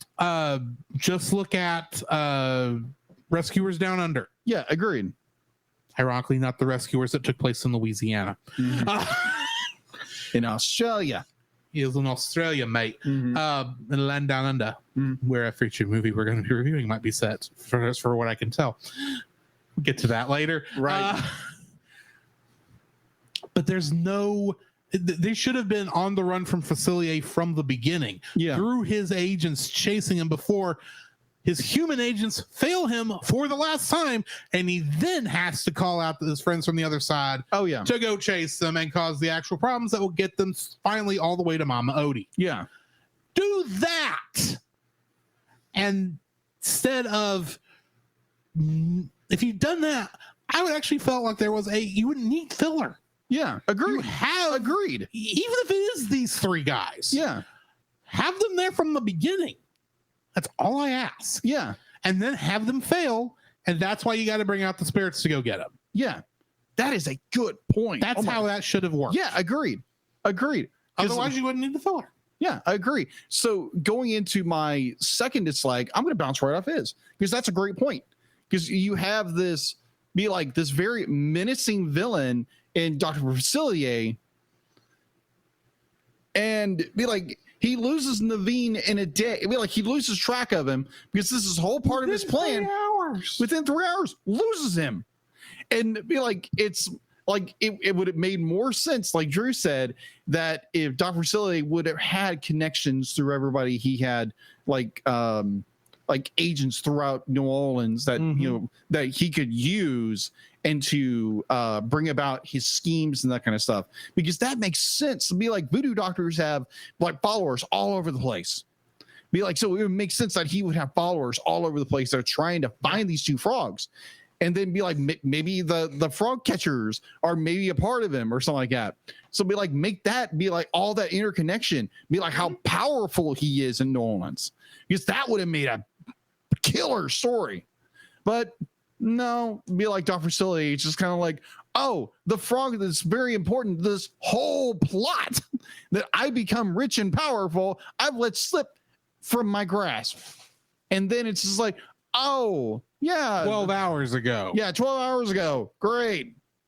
And it's the whole plot of I've got to get the blood for the talisman in order for Goober can stay Naveen a replica of Naveen. And it's just for such a great villain, he doesn't have because it would have been so amazing if this guy would have had connections and had followers and made the villain better. Oh yeah, be like even to the point where you said that the be like one of his henchmen comes back, be like they couldn't find him, and Dr. Facilier punishes him for it, and like send him to the the what was it, like not the Dark Realm, but what was it? I called it the Shadow Realm. They never gave a name for it other than the other side. Yeah, send him to the other side. It'd be like really dramatic how he punishes those who are not don't obey him. That would have been amazing, but they don't do it. So I think that was a fault in the storytelling, that they could have made this so much better. That Dr. Facilier could have been this really, really huge threat, like the underground of Nolan's, and made this really, really well done, developed story. It would have been great, but no, they didn't do that. Anyway, my second dislike for this film, I mean, part of it is the fact that we didn't have, like I said, we didn't have a serious. The villain was not as active in the story as he probably should have been. Right. The other problem is like so much of this film seems to lack a through line. There is plot. There is a lot of nice little plot. Agreed. Plot going through it, but there seems to be very little connection between points of the plot. Part of that is the fact that we don't have, the villain being as active as he should be, but part of it's just like the trip back from Mama Odie's to New Orleans. Yes. That's what, 3 scenes? Mm-hmm. Maybe 3 scenes. We got a quick thing. It's like where Ray thinks that Naveem is in love with Evangeline for a short minute, but it's like, okay. But there's no, for the most part, Ray and Lewis could also just been left out of the film. True. And it would have changed nothing, which I can't say that for most other Disney princess films. Yeah. For your cute animal sidekicks. Yeah, but I can see getting rid of Ray. I can't see getting rid of Lewis, because Lewis is just fun, larger than life character. He is, but he contributes nothing to the plot. Agreed. That's my main issue. Okay. Ray at least gets them to Mama Odie. True. Yeah, he has this thing where he's in love with the planet, but it's the planet Venus. I kind of get it. But he could have been left out. Admittedly, when he gets stepped on, I was like, huh, he's the fun character in this. Grant Lewis is fun too, but it's like, I got his shtick very quickly. He's the big dumb lizard. He's fun. He's good comic relief, but and he plays trumpet, and he wants to play in an actual jazz band. Yeah. And he actually gets to, by the end of this, when they're all dressed up as barnyard animals. It's like, okay, I get this. This is good. This is all great, but it's like, this scene has nothing to do with the story. Yeah. Most of the stuff dealing with Evangeline has nothing to do with the story. Yeah. Even the whole part of just the evening star, as they continue calling it. Obviously, I get that they're all wishing on it, which makes me think back to Pinocchio. Yeah. It's like that literally had nothing to do with it too. Granted, every time Tiana wished for it, a frog showed up. Yeah. Okay, that's funny. Don't know if that would have worked when she was a kid, but no, whatever. It seems like there's a lot of things they did in this. Yeah. That just don't feel connected. Now, granted, if you're going for a more slice of life thing, because life doesn't always feel connected either, right? That would work. But I'm going in this expecting a story. Yeah. It doesn't necessarily have to be Tangled good. I expect at least Frozen good. Okay, fair. If that makes sense. Fair. Especially at this time period. Yeah. This isn't Frozen good. And granted, I understand a lot of people like Frozen, so that doesn't sound like it's a quality downgrade. Right. Not much of one. But Frozen is, well, it's not my, it's not, I have more issues with it than I have with most Disney princess films. Because at least most of those films, they you can kind of forgive some things because it's fairy tales. Yeah, agreed. Grant, we hadn't done fairy tales since Princess Aurora. The Little Mermaid, it has a couple of things, but it's all pointing you towards the actual plot of her trying to get Prince Eric to kiss her. Yes. So I can kind of let that go. Right. No pun intended. I don't count Aladdin because it's both Disney princess and not a Disney princess film because it's focusing on both. Most of Beauty and the Beast I can forgive because it's some of that is showing them falling in love with each other, getting used to each other. Yeah. We don't get to see a lot of Tiana and Naveem actually falling in love with each other. We get a couple of knowing looks, but nothing like Belle and Beast out in the snowfield and all the birds landing on Beast. We get nothing like that, or him giving the library to her, to Belle. Yeah. We don't get anything like that. Granted, Naveem does not have anything to give. And you get some things where she's being sweet on him.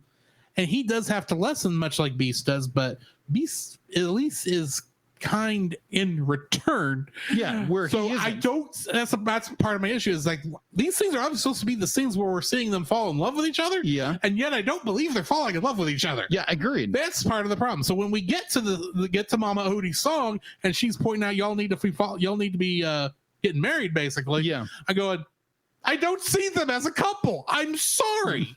Granted, by the end of this, I kind of more see them as a couple because they finally start growing after Mama Odie's song. Yeah, agreed. As characters. Yeah. Because they are still the same character. You do get the thing where she makes the gumbo and she's teaching him how to, mince mushrooms. Yeah. You get that, but that feels like so little. So very, very little. Yeah. On what I actually wanted. And so almost every scene that's obviously supposed to be doing this one thing, because they don't connect. Yeah. And they don't help push everything forward. So even the scenes that are obviously supposed to be the comedic relief scenes for the kids who are getting bored with all the lovey-dovey stuff with Lewis and Ray. Right. They feel even less connected than they would normally, and they're not really doing their job as comic relief. True. It just feels like, and then you get the filler problems. So it all comes down to the fact that they had a basic plot. Yeah. They had no way of connecting the plot. Agreed. It's an unconnected plot is the best way I know how to explain it. Yeah. And that's my second dislike is that this is an unconnected plot. Yeah. And it's going to get worse in my third dislike. I gotcha. Yeah. The relationship between Naveed and Tiana is like, it's not the strongest. I would agree with you. It's not the strongest. Be like by the end of the film, you can see where they are falling in love. Right. But it takes that kind of like a sharp turn to where it's like, oh, now they're in love with each other kind of thing. Yeah. So if you'd have done the will you, won't you, Sam and Diane sort of thing where they obviously hated each other. Yeah. And it took Mama Odie to show them the good sides. And that's when they turned. Yeah. I could accept that. Yeah. They didn't do that. No. They tried connecting them ahead of time and still then not making the connection. No, give me the Sam and Diane where they obviously hate each other. Yeah. Except they don't actually hate each other. It's just there's so many little things that aggravate them that they will find endearing later on. Yeah, they're dynamically opposed with each other. Yes.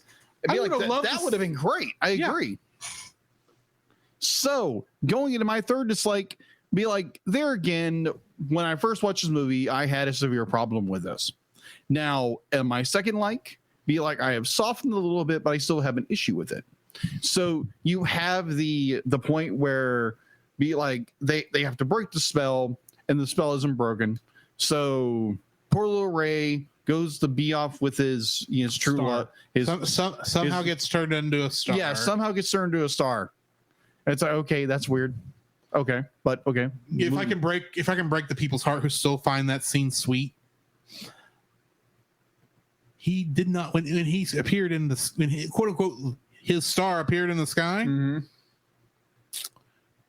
Probably millions and billions of light years from her.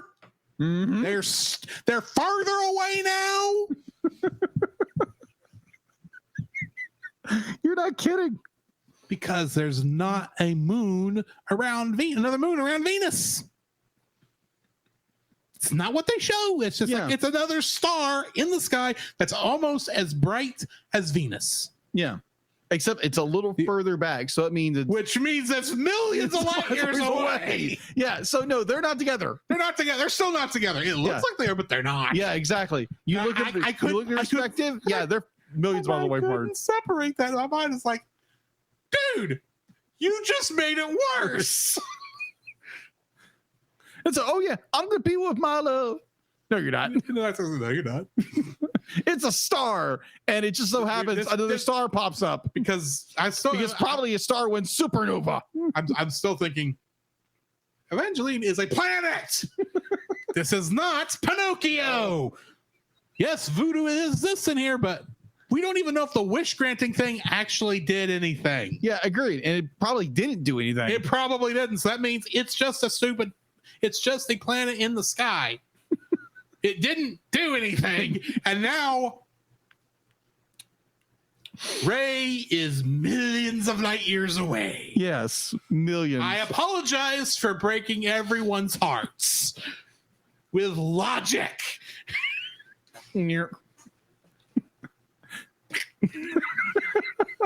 So going into my third dislike, again, brilliant deduction. That was great. I interrupted you. No, you're good. You're good. So you have Ray's little goodbye, like that was nice and sweet.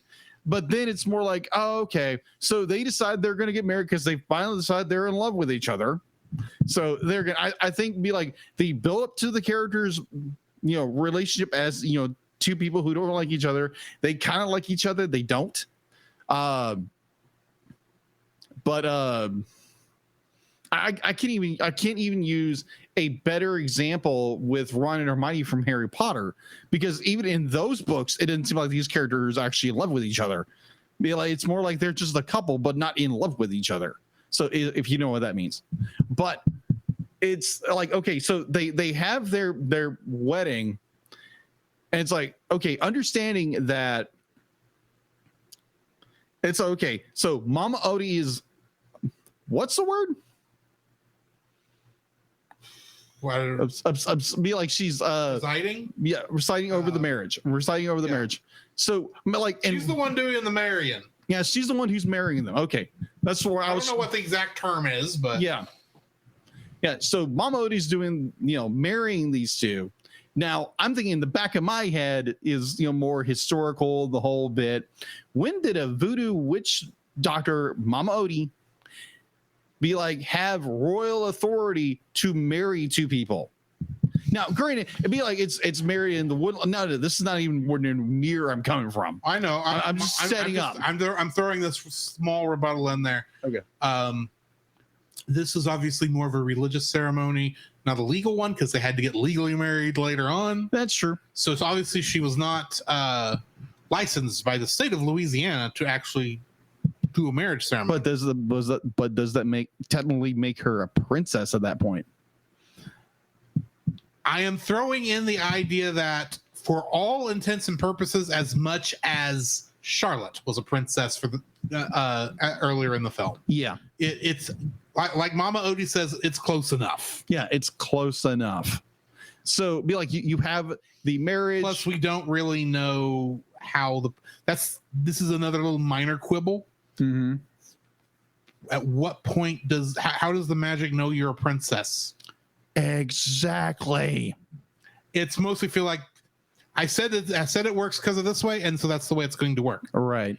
It's never. It's like I admittedly I don't really. If the story was better constructed, I would not care. Right. But I'm having to look at everything, so yeah. True. And there's a little. I'm not exactly forgiving because of many of the other mistakes in this film. Right. So, be like, get married. They use she's a princess now. So, they got married. They got married in the swamp. So okay, now she's a princess. I'm like, okay, but then they get officially married. Because would that be more? She gets turned into it's to me. There's a little bit of a there. But then let me ask you this. Okay. This is just me. I'm not trying to dissuade you. I'm just trying to rebut as you bring up points. Mm-hmm. I'm not saying you're wrong. Okay. Does the government actually get to tell you when you're married? I agree with you there.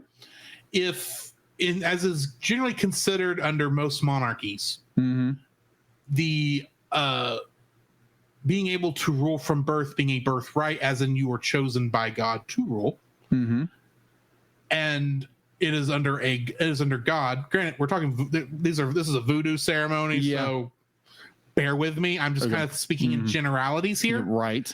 But if you're married if you're married in a religious ceremony, right, and it's through a religious ceremony that you are given the right to rule, and automatically, as is generally considered under most monarchies, when you marry into a kingdom, you when a woman marries a prince, if she has no titles, or if she has titles, she inherits that person, those royal titles immediately. So if you're already if he's already like the Duke of Cornwall or whatever, she's automatically the Duchess of Cornwall. Yeah, that sort of thing. But all that is true, by all technical accounts, what is really stopping her from being a princess as soon as she pronounces them husband and wife? But also the fact to be like a prince, be like, okay, take more modern things, like when Princess Kate married Prince I can't remember the royal kids' names. Okay, but this is why I'm gonna fight. But it was by royal decree that she became a princess. Right. But here's the other thing. Okay. I think it's the same people we're talking about here. They left the monarchy. They no longer, both of them he's no longer in the right of succession right now. No. I'm not talking about those. I'm talking about the Duke and Duchess of Sussex, whose name I can't remember. I'm sorry. I'm thinking. I was thinking Kate. Yeah, I'm thinking. But anyway, they left. They were left out of the thing now. So is she still considered a princess, even since she's married to a person who's a prince? But technically, they no longer really have access to those titles. Okay, and cannot be confirmed by that. Wrong couple. My apologies. No, I wasn't trying to couple thing. No, you're good. We're arguing over a little bit of semantics here. I agree. We are kind of arguing over that. So I'm just, what my point is that go ahead and get to your point. More of the idea of a princess is a title. Is a title someone earns, or it is placed upon them. Be like, yes, you can get married to a prince, right? But under the crown of a princess is placed upon you by a court. Admittedly, she is not given her coronation at this point. Agreed. However, what is the actual rule for a Disney princess? That she marries a prince or is born a princess. Yes. There's one of these people who is considered a Disney princess who technically does not fall under this in any way, shape, or form, no matter how much you stretch the rule. Yeah, agreed. Mulan. Yeah. That's neither here nor there. I'm just saying that I just pointed that out because that's the weird exception to this rule. If any of them in most cases, we don't see the coronations of any of the princesses in any Disney princess film. Agreed. So technically, they're only a princess. Okay, almost in name only. Yeah, and that's the thing. That's the thing is, yes, there is usually a decree that you now have this title. Exactly. But by all technical accounts, actually, better point. And I'm going to also say that because Moldonia, the kingdom in question here, yes, we do not know the legal rules. No, we don't. We don't know how the successions work or how titles work specifically in that kingdom. Right. Here's one thing I do know. Okay. The British monarch can't die. There's always a monarch in charge. Sure. So, for instance, when Queen Elizabeth passed, yes, no matter where Prince Philip was at that point, despite the fact they would take another year for his coronation to occur, and he legally became King Philip. Yeah. He was technically King Philip the second that his mother died. Okay. I was It's Charles. Charles. Sorry, I said Philip. I meant that was her Charles. husband. Sorry, Prince Charles. Yes. He became King Charles the moment Queen I would Elizabeth agree with passed. you. I agree That with is you. how that one works. I assume this is how most monarchies Yeah. work. Granted, I am not referring to when a character this title did not get passed upon death. Yeah. This got passed on marriage, but it's kind of a similar thing. She technically would have inherited. My way I'm saying it, she got the title by marrying the prince. Okay. That's when she became a princess. Yeah. Later on, yes, there was a legal ceremony. Yes. This Agreed. happens a lot of times where you'll have an elopement and then they'll have an official one later on. For some things. Right. There'll be maybe a private and a public. You could read this as a private or public. Yeah. Technically, whatever one is first Right. is the official one. Right. And then at that point, she would have become a princess. Okay. Gotcha. That's how I'm approaching that. Okay. How fair. the magic knows that is where my issue lies. Exactly. My problems with the end of this one, which we'll get to in a minute, Yeah. have nothing to do with whether or not she's a princess at the end of Okay. this film. So be like, this is just a setup to where I'm going. Okay. Right. This is where I'm setting up. So, okay. So we get this point where, we get set up in the rules of the movie where Tiana be like, she doesn't have enough money in order to make the payment for the place she wants. And she absolutely has to have this restaurant. She has to have the restaurant. Absolutely has to have a restaurant. So, and then be like, she's told she has until Wednesday to match it. She doesn't have the money. Be like, am I correct? She does not have the money by that point.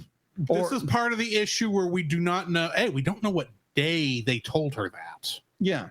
And B, so we don't know how many days she actually had to raise it by then. By Wednesday. We know it was Wednesday. Yeah, we know it was because Wednesday. we don't know what day they told her. We don't know if that's tomorrow or 5 days from now. Yeah, exactly. If they told her that on a Thursday, hang on, Mardi Gras. Yeah.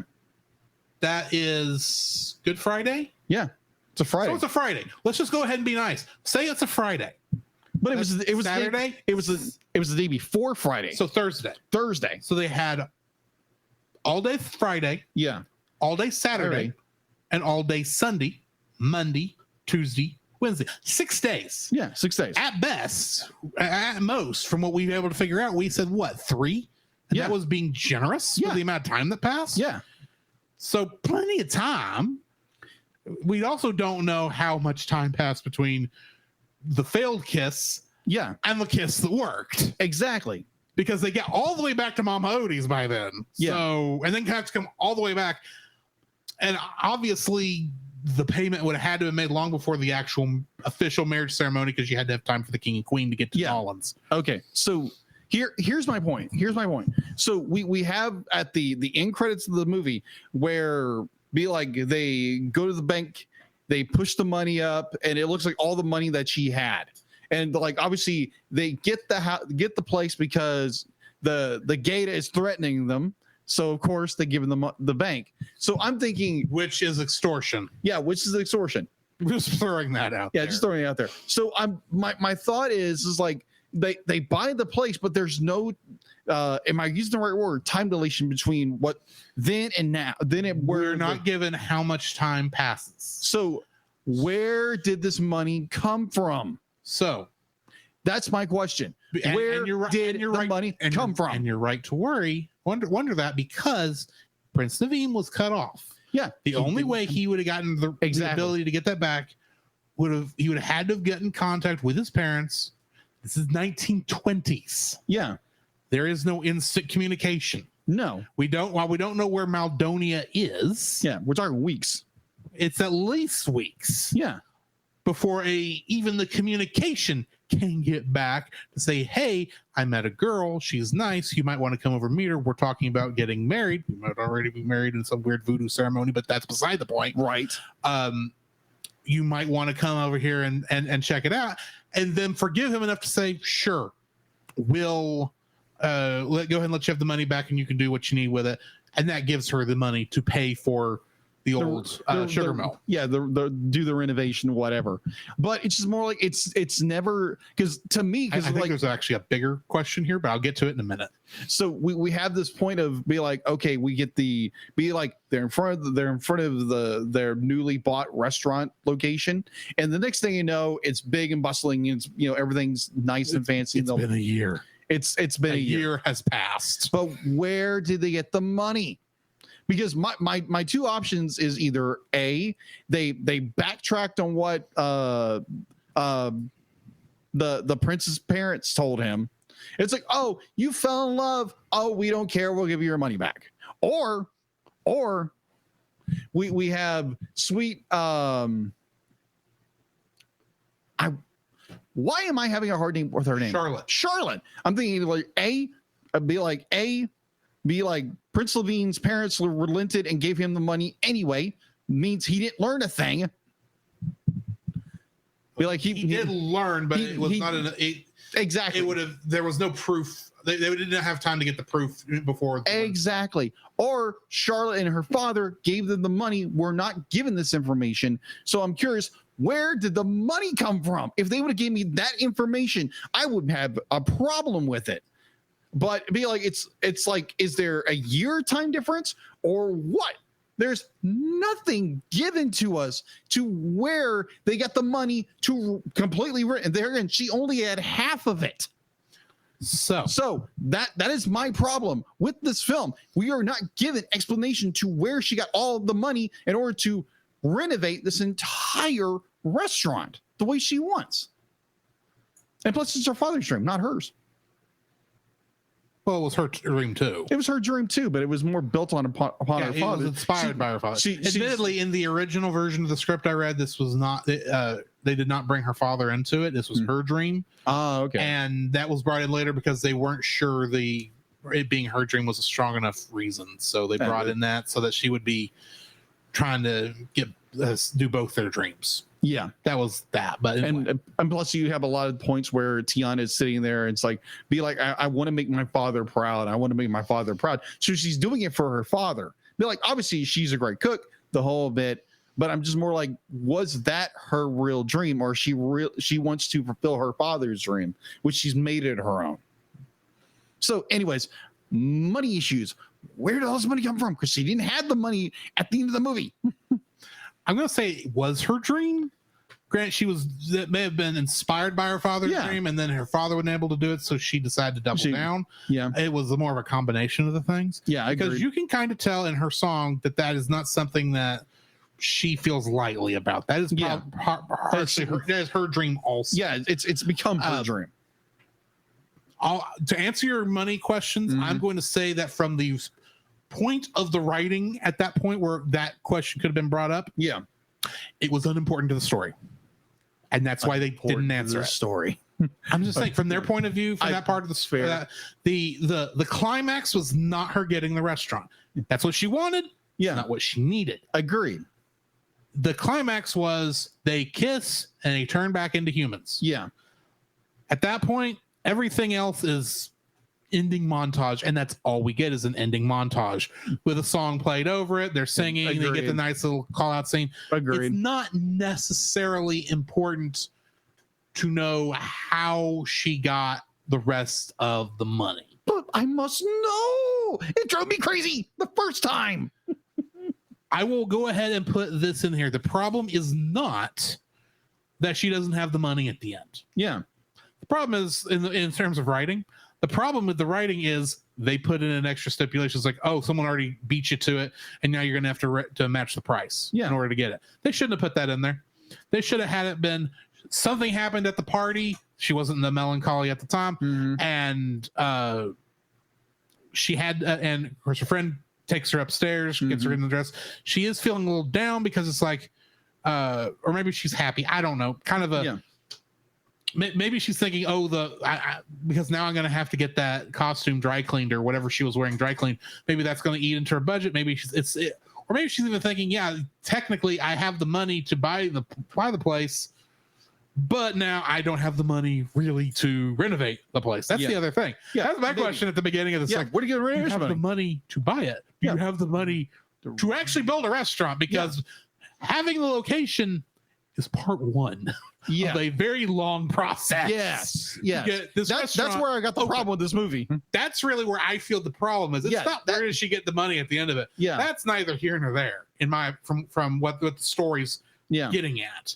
It's you shouldn't have introduced that one little extra complication in the first place, because now it's going to cause that's where your plot hole really was. Yeah. Not over there where we're seeing the actual issue. Yeah, because technically she only put like a down payment on the restaurant. Am I right? She only put a down payment on it. Because that's all she had. They didn't really make that clear if it was being mortgaged or not. Exactly. It was probably, like I said, not considered important to the story. And for the overall story, how much money she has, if she's got how much money she has, and if she can pay it back later, is not important to the major plot. Yeah. That's not the point. The point is she has a dream. She has enough money to buy the place. Yeah. And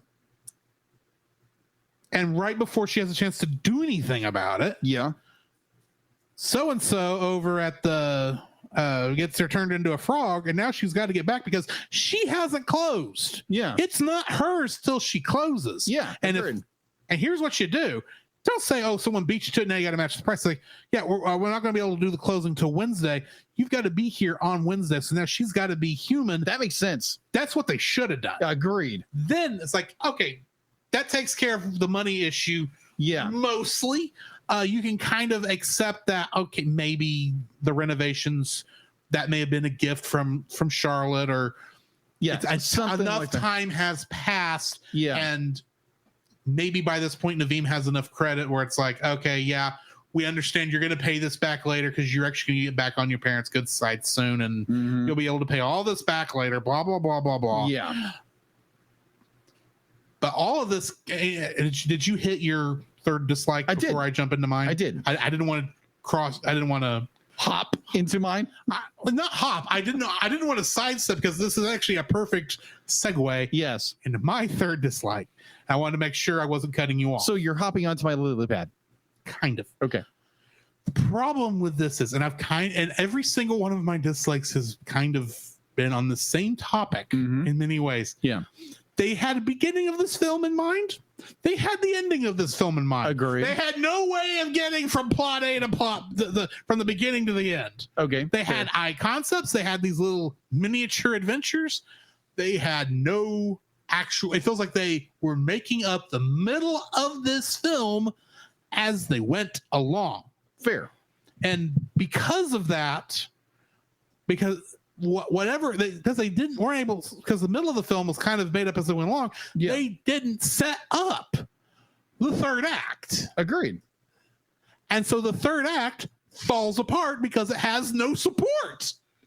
Agreed. The third act of this film is extremely messy, no matter how you cut it. Yeah. And the reason is there's no setup for it.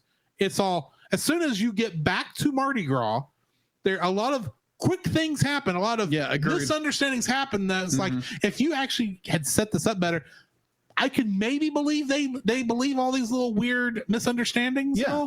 But honestly, I'm sitting there going, really? You think that's Naveem up there? It's more likely it's his double. You maybe want to go save Lottie a lot of heartache and get up there and take care of him. And because more than likely, you're a frog still. Yeah. Oh, guess what? Oh my gosh! Yeah, you're not kidding. That means Naveem is a frog still. That means that's not Naveem up there. You're right. Your transformation is dependent on his. That is logically how this was set up. Agreed. Why? Remember when we reviewed Dragon Ball Z: The Dead Zone? Yes. And the very beginning, Kami is saying, "I think Piccolo is dead." Mm-hmm. And I don't know if we mentioned this, but we knew that was impossible. That is true. Because Kami was still alive. Because the Dragon Balls were still around. True. It's the same bloody thing. It is. I agree. That's not Naveem. Want to know why? Because obviously, if that's Naveem, that means he would have had to have kissed Charlotte. Mm-hmm. If he kissed Charlotte, your transformation would have canceled Also, Agreed. you are not going to be stuck as a frog if he turns back to human. Agreed. You all agreed on this, and now he's like, oh, Naveen's out with Charlotte. I guess I'm going to be a frog for the rest of my life. That's not what the magic works. Agreed. Remember what I said about my likes, that they set the rules up and they played by those rules? Yeah. They did. So the fact that she doesn't realize what these rules are, despite the fact they're plainly laid out. Mm-hmm. Tiana, bless your heart. You're being stupid in this scene. Because I mean, I recognize your thoughts are being drowned, are being cried out by love. You're not thinking logically. As far as you know, the person who you were supposed to fall in love with has broken your heart and is now marrying Charlotte. Hello? You're still a frog. You're still a frog. I completely understand. They're trying to build tension with that scene, And I get that. but it doesn't work. It doesn't work because there's no setup for it. Yeah. You get, and Lewis is in the scene, but I don't remember what he's doing here in New Orleans. Yeah. It's how little he's used here. Ray is here, and admittedly, it seems like the primary reason Ray is here is so he can get stepped on by Dr. Facilier, so we can have our heartbreaking death scene in a Disney film. Not where heartbreaking death scenes in Disney films usually occur. Right. And it's by a side character who, quite frankly, does not deserve the heartbreaking death scene. I'm sorry, he does not. Agreed. If you killed the alligator, that'd be different. No, it'd be the same problem. You're right. Because from a storytelling point of view, I get that you like the alligator better than Ray. I understand why that would be. But, exactly. But if you're actually talking about the story, neither one of those characters has a death flag going into it. Oh, agreed. Granted, Bug gets stepped on.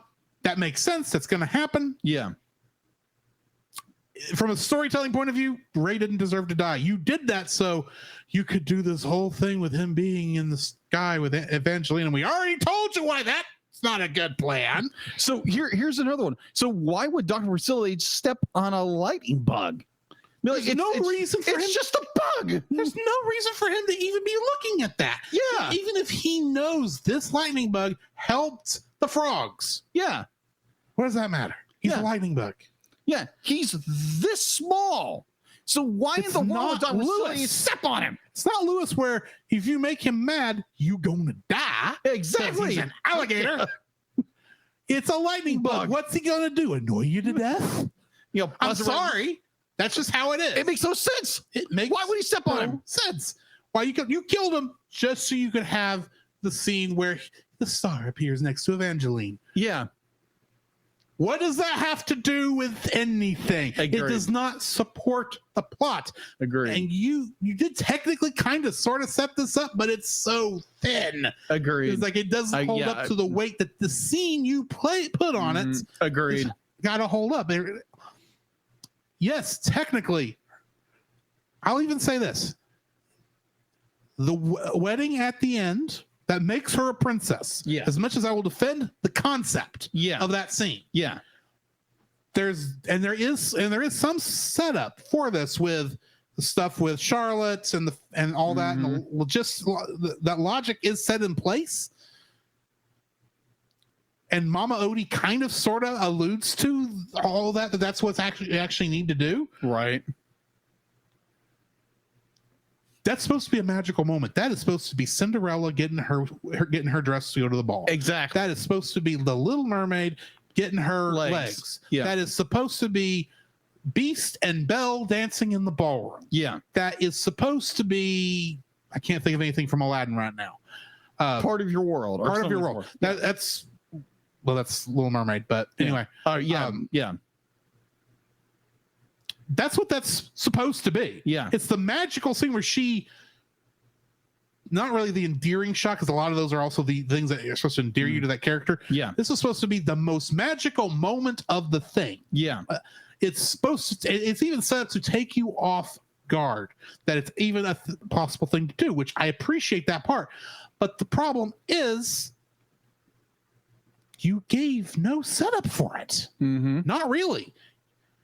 Why is it starts and you go, wait, I'm confused. What's happening? by all technical accounts, the magic spell should not have broke here. Granted, logically it does. Yeah. But at the same time, why didn't it break when Baron Samedi got dragged off to the Shadow Realm?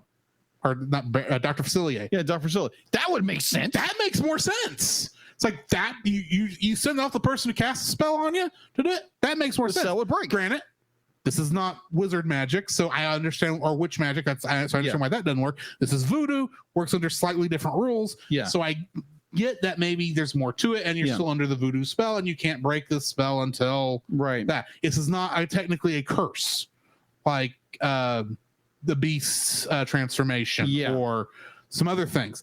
This is different. And so I get that, but it's like I had no reason to think once the kiss with Charlotte failed. Yeah. That there was a second idea. You never gave it. There was no inspiration. It's like maybe we should. I didn't even know why you went back to Mama Odie. Yeah, that makes no sense.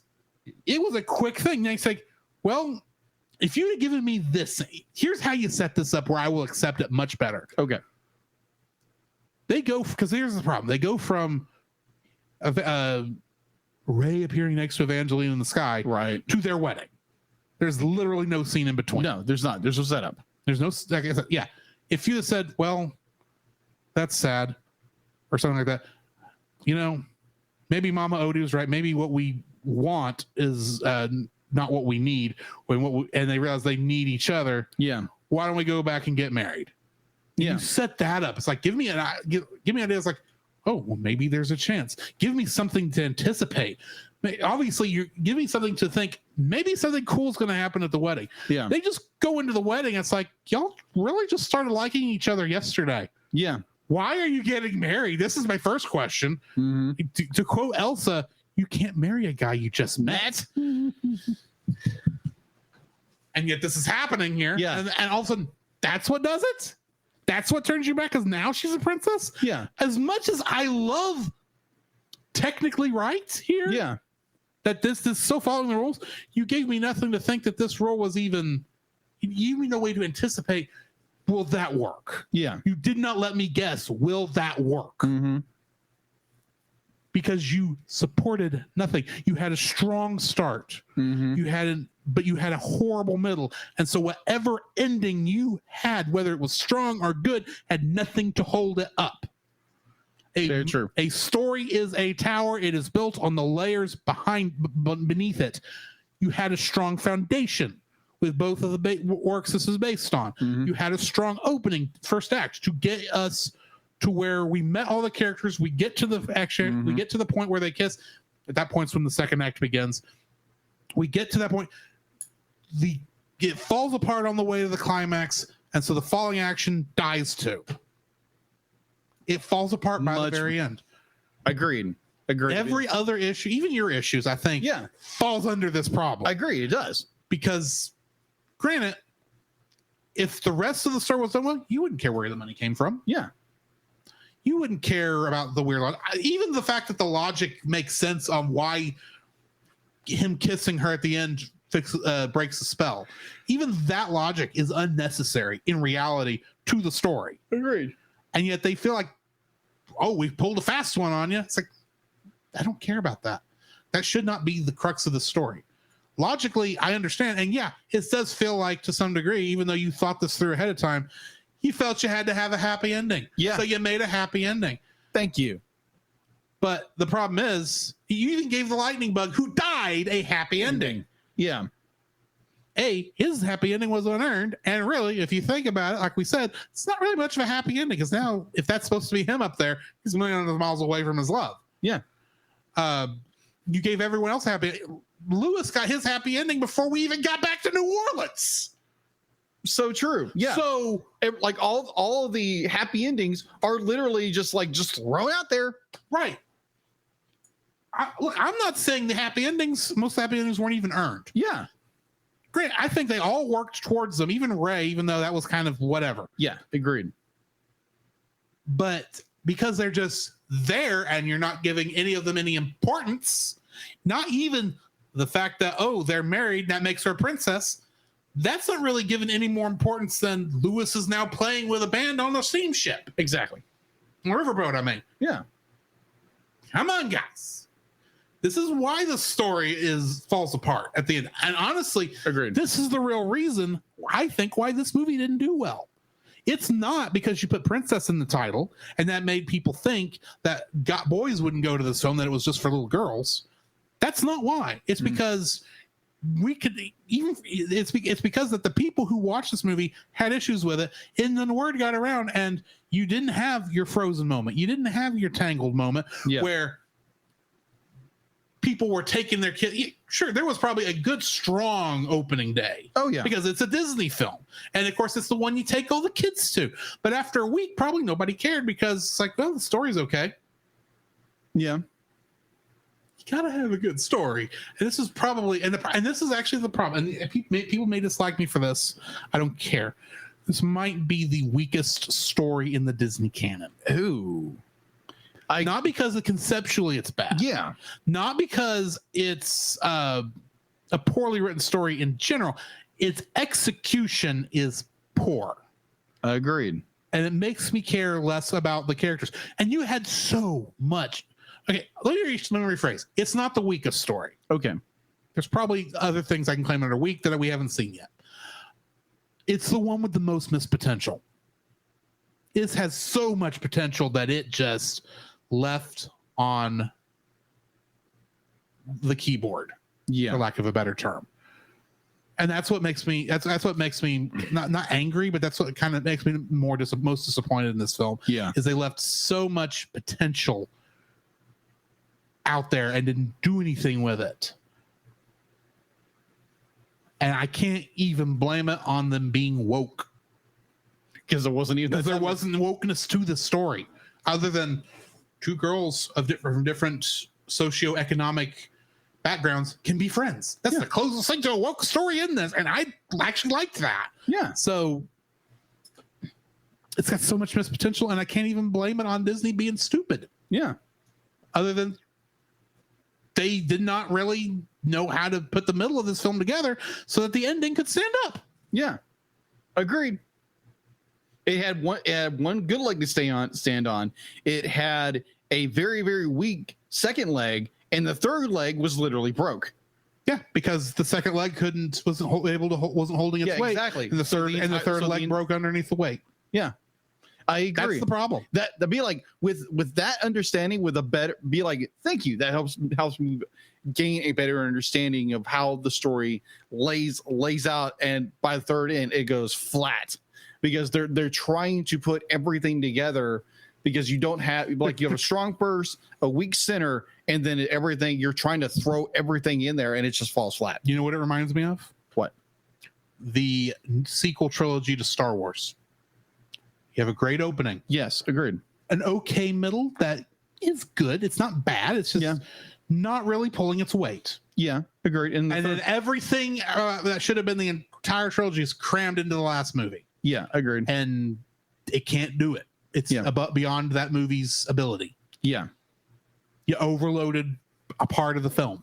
Yeah. And it broke underneath the weight. Yeah. Just be like, like you said, be like, the third act is literally, there's so much weight on it, it can't support it. Yeah. That's the best way I know how to put it. Granted, it's an allegory. Take that for what you wish. Yeah. But that's what it comes down to. Yeah. The third act can't hold up what second act should have been holding up. Yeah. Agreed. So, we need to rate this film now. Yes. You go first. Oh, you would do that to me. I would. I'm actually going to give this a 7. Okay. This is not garbage. Agreed. It's not a garbage film. It's actually a very good film. It's not what I disagree with. But having to look at it under a critical eye, there's a lot wrong with this film. Yes. It's not the kind of thing Disney usually messes up on.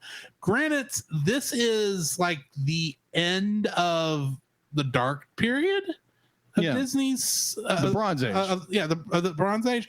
We're about to. It's like right after this, we start getting into Tangled and stuff like that, where the quality gets back up there again. Yeah. It still confuses me considering who wrote this, that this happened, and it feels like maybe there was just some confusion back and forth, maybe some decisions farther up the food chain from them came back down, caused things to go. I mean, this is one of the first ones where they were doing it under the Pixar method. Yeah. And I'm sure the Disney people were just not used to that yet. And that may be part of the issue here, because there is a bit of that Pixar awkwardness that usually we consider their charm in this film.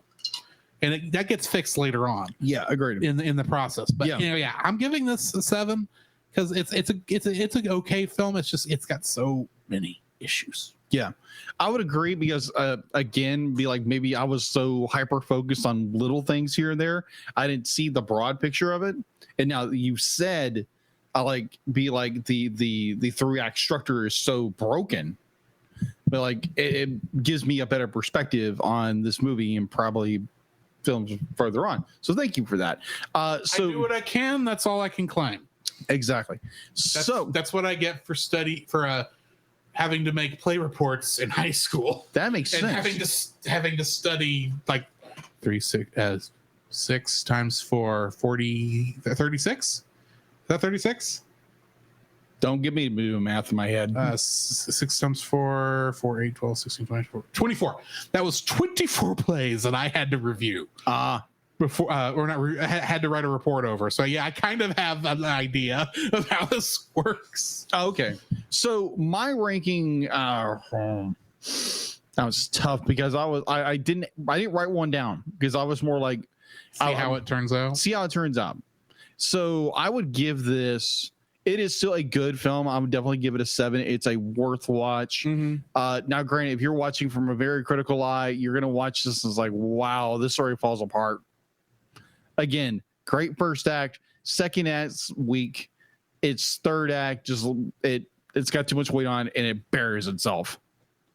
But overall, animation, Dr. Facilier just kills it. Now, granted, it'd be like, I wish we would have gotten a little bit more, maybe like his henchmen, his followers, whatever. That would have been great. But we didn't.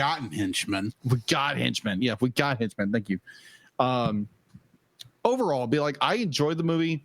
From a critical view, it's got severe problems, but overall, it is a nice, wonderful story that at the third act just falls on its face. So yeah, giving it a 7. Now, granted, if we hated this movie, it would have been down there further down. But this is one of those instances where we kind of didn't hold back on our issues because it's more disappointing to see a film have potential and not fall through with it than a cash grab. Yeah, agreed. And you just tend to get less forgiving when it's like, you could have done this, guys. But anyway. All right, so what's the next movie we're reviewing? Next week. Going to a Pixar film. I'm getting there. Yes, we are continuing in a franchise that we have watched the first movie of, but haven't got to the second one.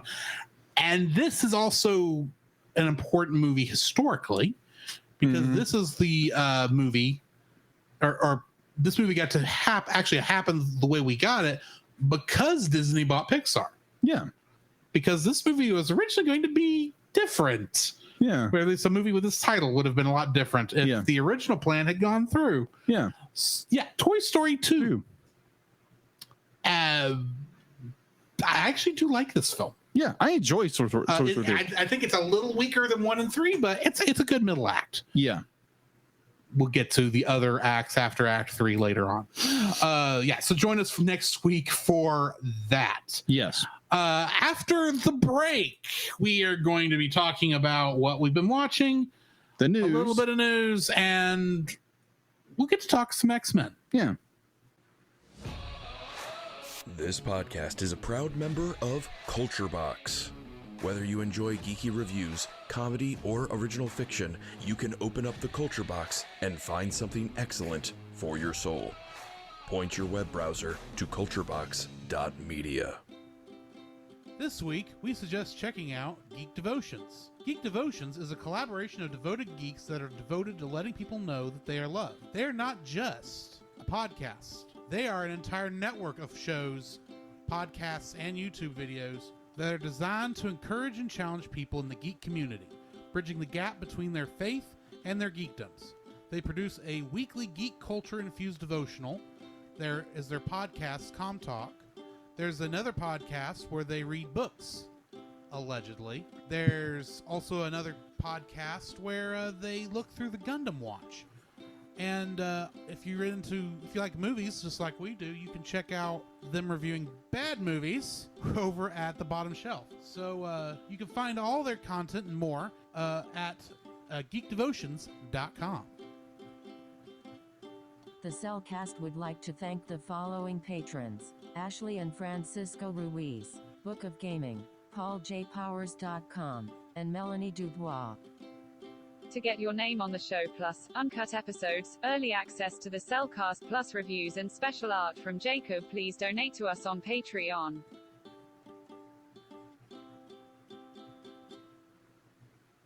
It kind of just made sense to use Geek Devotions tonight, since they're our good friends from Louisiana. Yep. Yeah. True. Anyway, so Jacob, I have a question for you. What have you been watching? Oh, what have I been watching? I've been watching actually quite a bit lately. So I watched the third Indiana Jones movie, not the Crystal Skull. That's why that came up the other day. Yeah. Okay. Yes. I watched Indiana Jones and the Last Crusade. Probably one of my favorite films of the Dr. Jones films so far. I haven't watched Crystal Skull since theaters, and I haven't watched Dial of Destiny yet. So this is probably my favorite because it has this nice blend of comedy. It's got Dr. Sean be like Sir Sean Connery. He's not a doctor. I know. I said the wrong word. My apologies. Sir Sean Connery. And it's such a well done movie. It's funny. I think the best Indiana Jones films, the ones I've seen, be like Dr. Jones is them to deal with Nazis, and I think it just makes it a funner movie. I think that's just me personally. There again, I haven't seen Crystal Skull since theaters, I think, and I have not seen the new one yet. So other than that, I've continued to watch Gargoyles. Gargoyles is an amazing show on Disney Plus. If like we talked about David Keith. Or Keith David. I know it was going to get mixed up. Keith David and be like the voice of Goliath. Really amazing show. If you have never seen Gargoyles, go watch it. It's amazing. And I started watching a new show on Max, the what was formerly HBO Max. My Adventures with Superman. That's actually a very fun show. There are points. I understand it is a short series, and they want to get to the point very quickly. And I'm like, why do these characters have to know this quickly? Why? And how does this character know this before the character who's supposed to know this big secret? And it's just like, okay, that's interesting. You're be like, you're killing me, Olsen. But other than that, be like, I enjoying it so far. I'm not gonna say some either or. Be like, I enjoyed it. I'd be like, I saw a clip, or not a clip, but a screen grab. One of our people on one of our private chats for the Cellcast, with Lois Lane holding what looks like a keyblade. Because at first I didn't see it. I mean, like all I saw was like just the image, and I was like, oh, okay, that's interesting. And then I started looking at it more, and I was like, wait, that looks like a keyblade. And then I started looking at her outfit. It looks like Sora's outfit. I'm like, oh, that's clever. That is funny. Oh my gosh. So yeah, I will definitely be continuing my adventure in my my adventures with Superman on Max. That was fun. So that is what I've been watching so far. How about you? Last Saturday evening, I started a new anime. Or a newer anime. Technically, it did come out this year. And the first episode I watched was an hour and a half long. Which means technically it's a movie, as far as I'm concerned. Right. And this particular anime took the internet by storm when it originally came out, but it was not in a place where I could watch it at the time. Right. So I just now getting around to it. And this first episode, I may have to put on the list next year. Curious what it is. Oshi no Ko. Oshi no Ko? You have not heard of this? No, I never have. This is a story about it's okay. It is a mixture of an isekai story, getting reborn in a world where you're somewhat overpowered. Yeah. And idol shows, like Japanese pop idols. Right. Except the guy who gets reborn is the idol's gynecologist. And he gets reborn as one of the twins he was going to deliver. But because he got murdered before that could happen, he got reborn into one of her twins.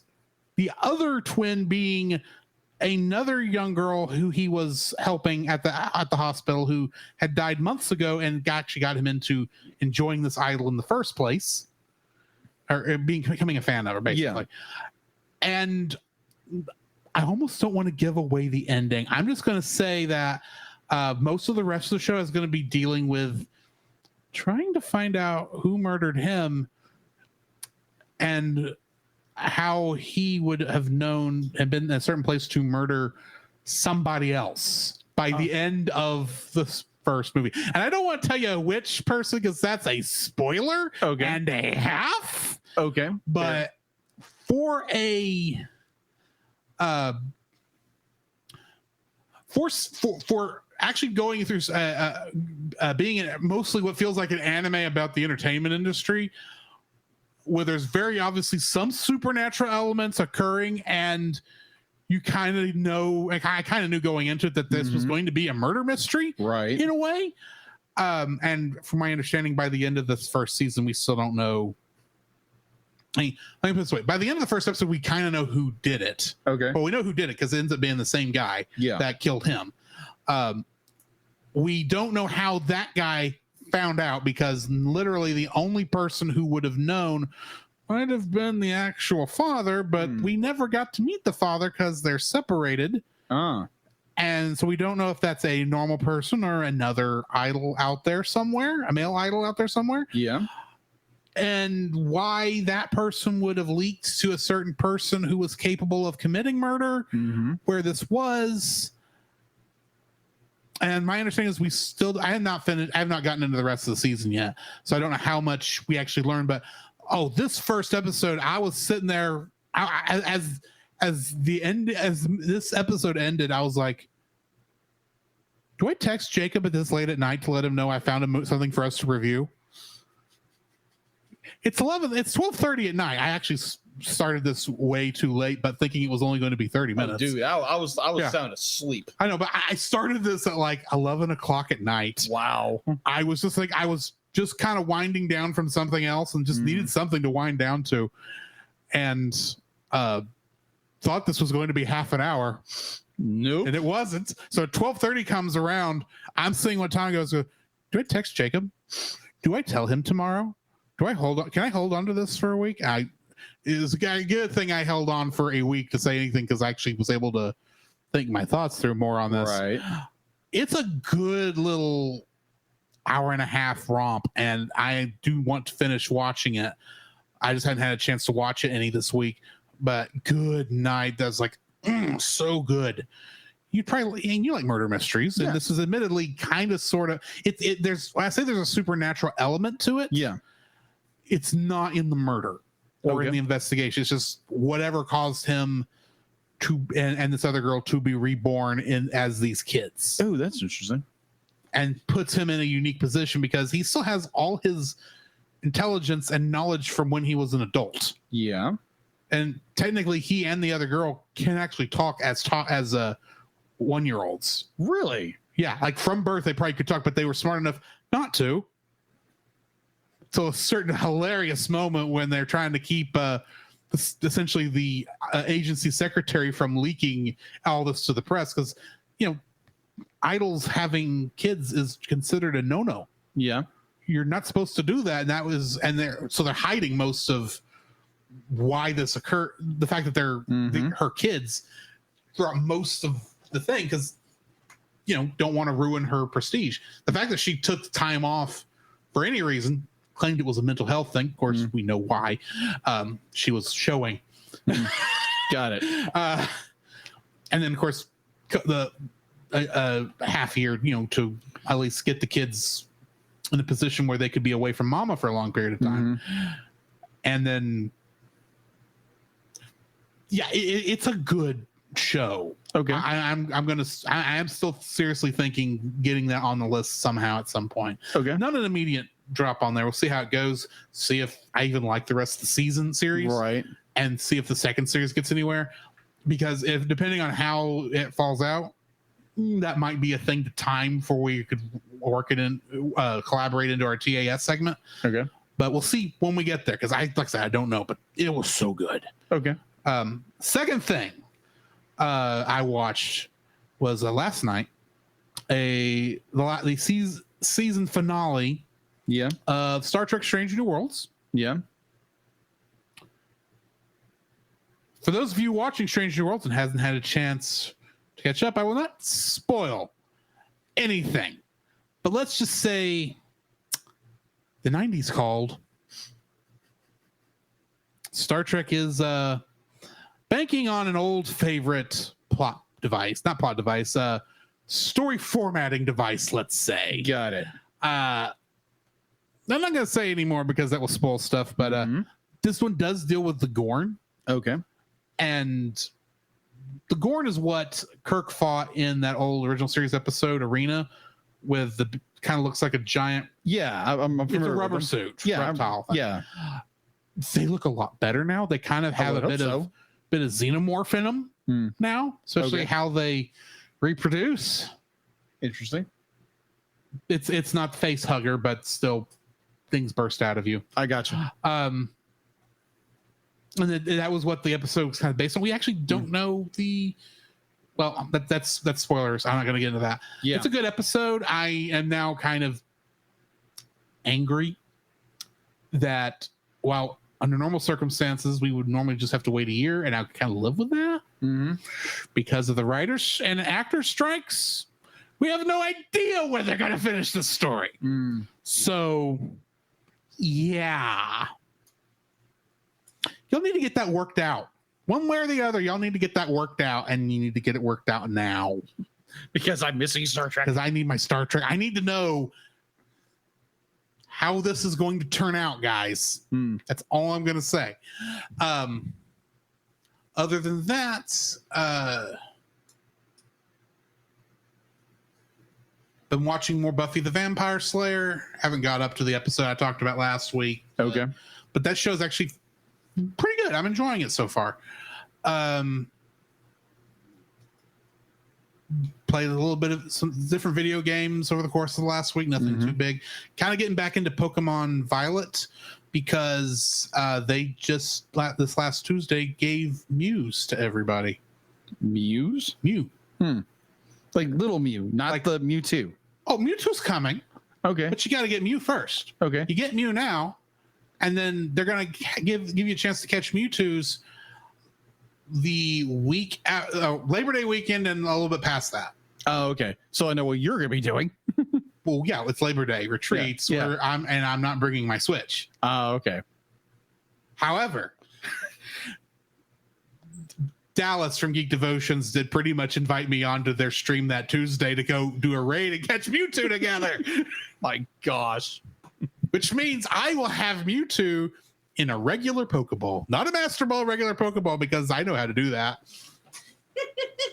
And it'll be first try too, because I'm fairly certain we're going to kick some major tail.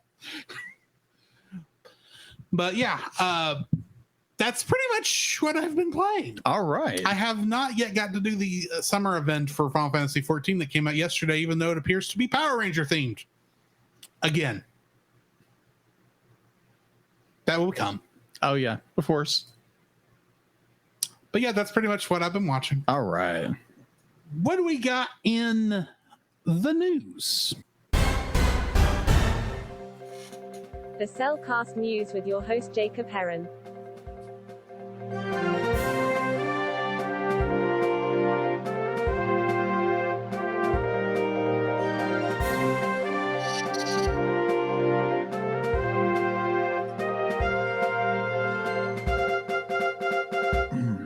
Why, thank you, Dylan. Going into the news. So I mentioned the show in my what I've been watching. So soaring into the limelight once again, The Man Is Still is back with a fresh starch cape, traditional red trunks, and unbridled optimism in Warner Brothers Animation and DC's new animated series, My Adventure with Superman, which premiered Tuesday, July 6th on Cartoon Network, Adult Swim, with 2 episodes at midnight and streaming the following day on Max. Going into another legendary director and his new project, you just can't keep a good director down. The Boy and the Heron, the latest feature from legendary Japanese director Hayao Miyazaki and Studio Ghibli, has passed 1 billion yen in the Japanese studio and the Japanese box office for the fourth weekend of release. That's what's going to release over here as The Wind Rises. Yeah, that's what I keep hearing. Where was I? Still free of any market other than Famous Name Attached.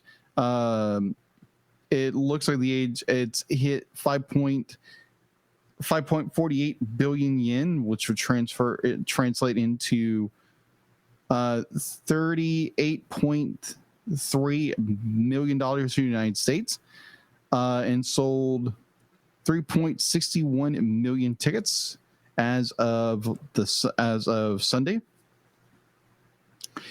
Going into another bit of news, and a movie we might be reviewing at some point. Following a strong Tuesday preview turnout, which brought in $3.85 million and served atop a wave of critical praise and strong audience word of mouth, Teenage Mutant Ninja Turtles: Mutant Mayhem rode to a 5-day opening of $43 million domestically, the $70 million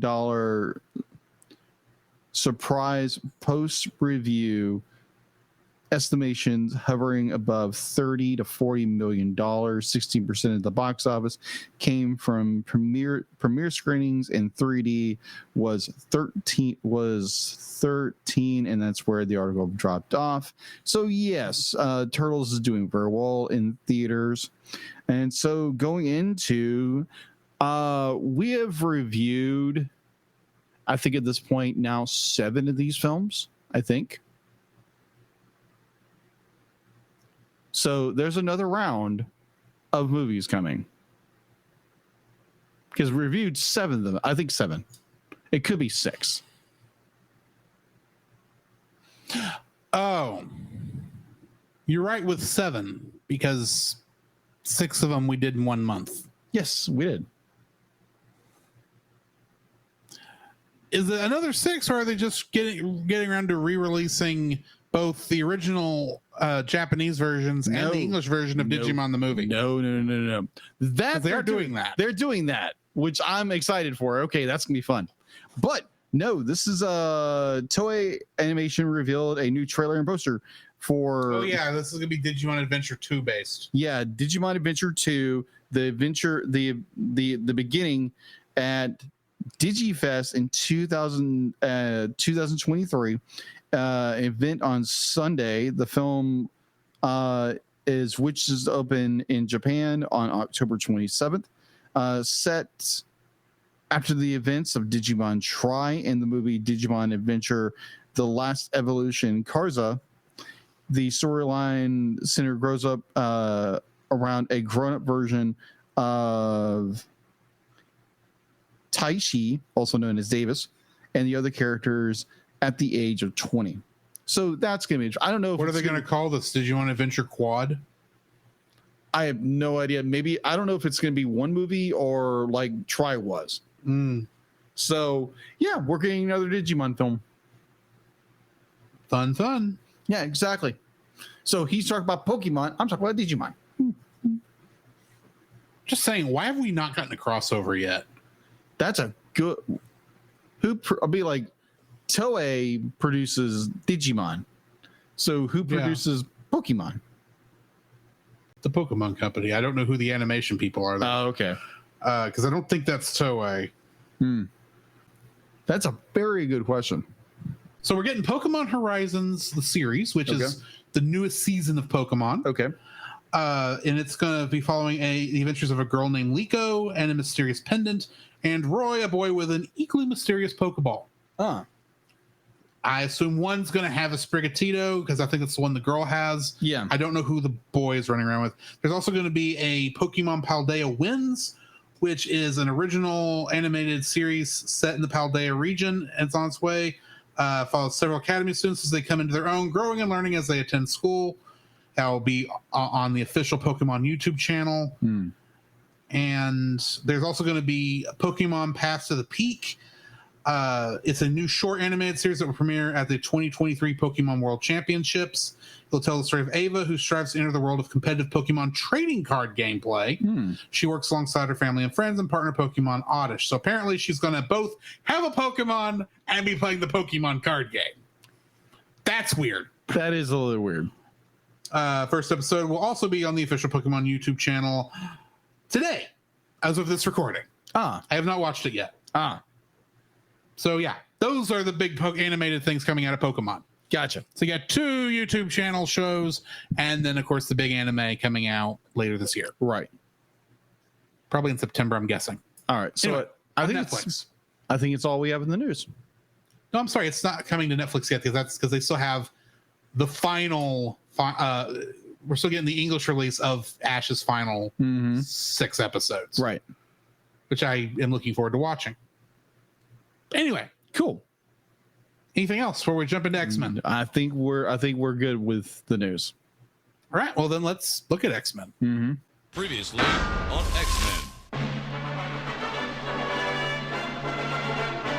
Meet the sulky, over bulky, kinda hulky superhero. Hot to twisted and electrically transistored superhero. An exotically erotic and aquatic superhero. The Marvel superheroes have arrived. X-Men, X-Men, it's the day, X-Men, X-Men, come and join the league.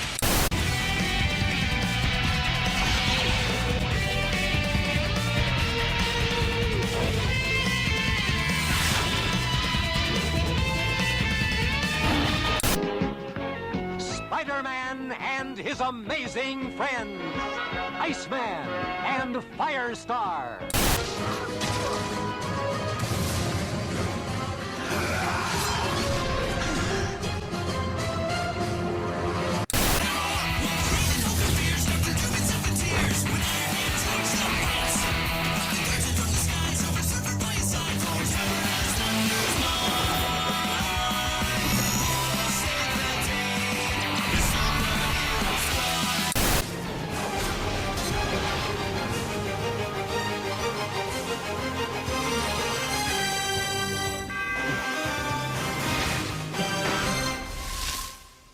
X-Men, the animated series. We're in season 4 officially now. This is an official season 4 episode.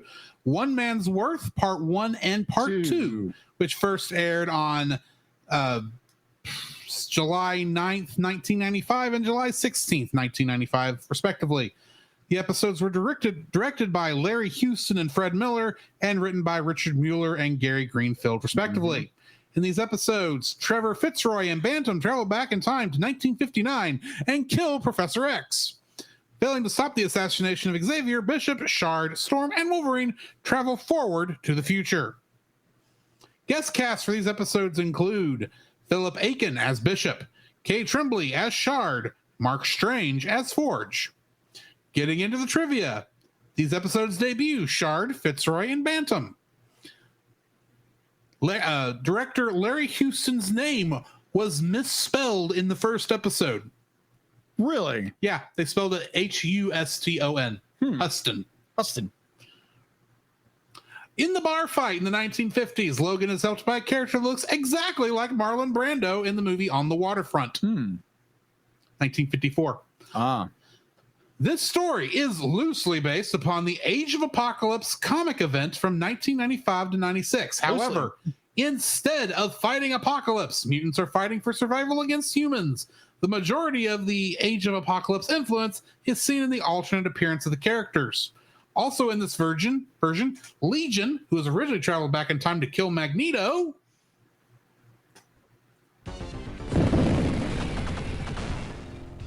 I am Magneto, master of magnet. I knew you'd get that in there. well, I mean, he's also in this episode. He is. I agree. But killed Professor Xavier by mistake, he is replaced by Fitzroy Bantam and Nimrod, who intend to kill Professor Xavier initially. Unlike several other characters who are shown in their Age of Apocalypse costumes, Storm appears in her punk rock look from the 1980s with mohawk hairstyle and leather jacket and pants. Seriously, she looks better in the Age of Apocalypse. The robotic walkers in the Age of Apocalypse universe bear a striking resemblance to the Imperial walkers from The Empire Strikes Back. Yeah, agreed. In the bar fight, the bartender yells out, "Moose Rocco, get him!" in what has to be an homage to Caddyshack. The same names are called out to help the judge find his wallet. Yeah. Lastly, Forge's alternate reality look is based off his look in the Age of Apocalypse reality. Which brings me to the end of the trivia. What are your thoughts on this episode? I enjoyed when we find ourselves in the Age of Apocalypse, quote unquote, Age of Apocalypse era, because you're seeing all these amazing characters that we saw in that. And I love the Age of Apocalypse because there again, that's Joe Madureira's age, one of my artistic inspirations. And like you see all those characters, which he designed. He designed their outfits, costumes, whatever. But it's like, wow, this is awesome. And Storm and Wolverine sound like a freaking like a sore thumb among all these other characters. And then you have Magneto's, because Magneto's outfit in Age of Apocalypse looks freaking amazing, and this looks like so ghetto it's not even funny. So we get to the point where Bishop and what's her name, Shard. Bishop and Shard go. I did not know when starting this, and I didn't know if I was going to like this character or not. Yeah. So like it's weird they go back in time to recruit Wolverine and Storm. Well, they just didn't go back far enough. They had the settings wrong. Yeah, they had the settings wrong because it just made perfect sense to, run into these characters like, oh yeah, you need to help us go save Xavier. Who's Xavier? And then it just like you think they would know when be like everything happens, but nope. They just literally just be like, it's like, okay, this entire thing is just be like, okay, let's set up where Wolverine and Storm are, their relationship, and let Xavier die at the end of the episode. And like that's literally it. It's like we meet a younger Charles Xavier who wants to be a doctor. He doesn't want to be this world leader that changes things, and be like, he winds up getting killed anyway. Great job there, Bishop. You did a really smashing job on that. Not. And so then we get the next episode where it's like, oh, okay, we're actually going to learn from what we made mistakes from, which I think Bishop should have learned beforehand. Like this should have been a part 101 and no second, because it makes more sense that way. But you got to fill the padding with story. So we get they have to go back in time in order to recorrect their own error. And it's just like, it's like, okay, great. We like our villain gets a redemption, and it's like, okay, that's interesting. That's the two episodes are interesting. I love that they use the Age of Apocalypse characters. We don't really get to like Hank McCoy doesn't even they like Hank, Storm, Wolverine, and Magneto look like they're out of nowhere somewhere else. Like, just use their character designs from the Age of Apocalypse. They look cooler. And plus, Wolverine's missing a hand. That would make it harder to claw people. No, it's a metal stump with claws on it. But yeah, it was interesting. It was great seeing these characters. You got to see Wild Child. You got to see Sabretooth working with Wolverine. They're not trying to kill each other. And a surprisingly quiet Nightcrawler. Yeah, exactly. Fighting Iron Man. Yeah, exactly. Green Iron Man, but Iron Man. Yeah, Iron Man. Or War Machine, whatever it is. Probably War Machine, but I was like, oh, that's just Green Iron Man. Yeah, exactly. So Earth Warrior. It is a interesting set of 2 episodes, and it's like we get back to the present. And it's like, oh, this was an interesting experience we just had having this this picnic. And like, we might want to do this again. Be like, not in your life, bub.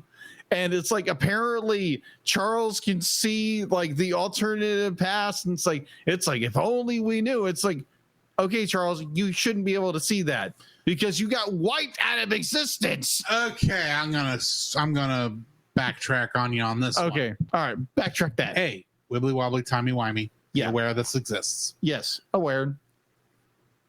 He did not get his memories of the event erased when what's his name grabbed a hold of him and got whatever power he uses to time travel. Oh yeah. However he pulled that energy, he would have recognized the Storm and Wolverine through the timey-wimey stuff because they were there and they didn't get his memories of those two. That is true. The entire incident were not erased. Granted, the part that was the one where he died. Yeah, but the second one is the one that. But he knows that he would have died. Yeah, he knows he would have died. Yeah. So I mean, he's aware this stuff happens. That's why he's looking at it on now. Whether or not he would be actually thinking of it at that point, because there's nothing that really would have instigated that from his point of view. May not happen, but I'll let it go for story purposes. Yeah, it's a minor. Well, because of the timey-wiminess. Yeah, I will let it. It makes sense. Okay, he will remember it. So he's looking at his memories, not visions of the past. Okay, that's what I thought it was. Be like somehow he's seeing into Wolverine and Storm's minds, and that is somehow locked away. That he's seeing, like what it could have been, or something like that. No, he's looking at memories from his past where he met 2 people who look a lot like Storm and Magneto and Wolverine. And remember, these are probably the same people. It might be why he searched these people out in the first place. Maybe in this continuity. Yeah, agree there. That's like timey-wiminess. Technically, we're in a separate universe from the one we've been following up to this point now. Right. Because time changed, but then the time's changed 3 times in this show. So I would let it go just because of the timey-wiminess makes sense. It's not that big a deal. Yeah, just it was a little more. It's like wait a minute.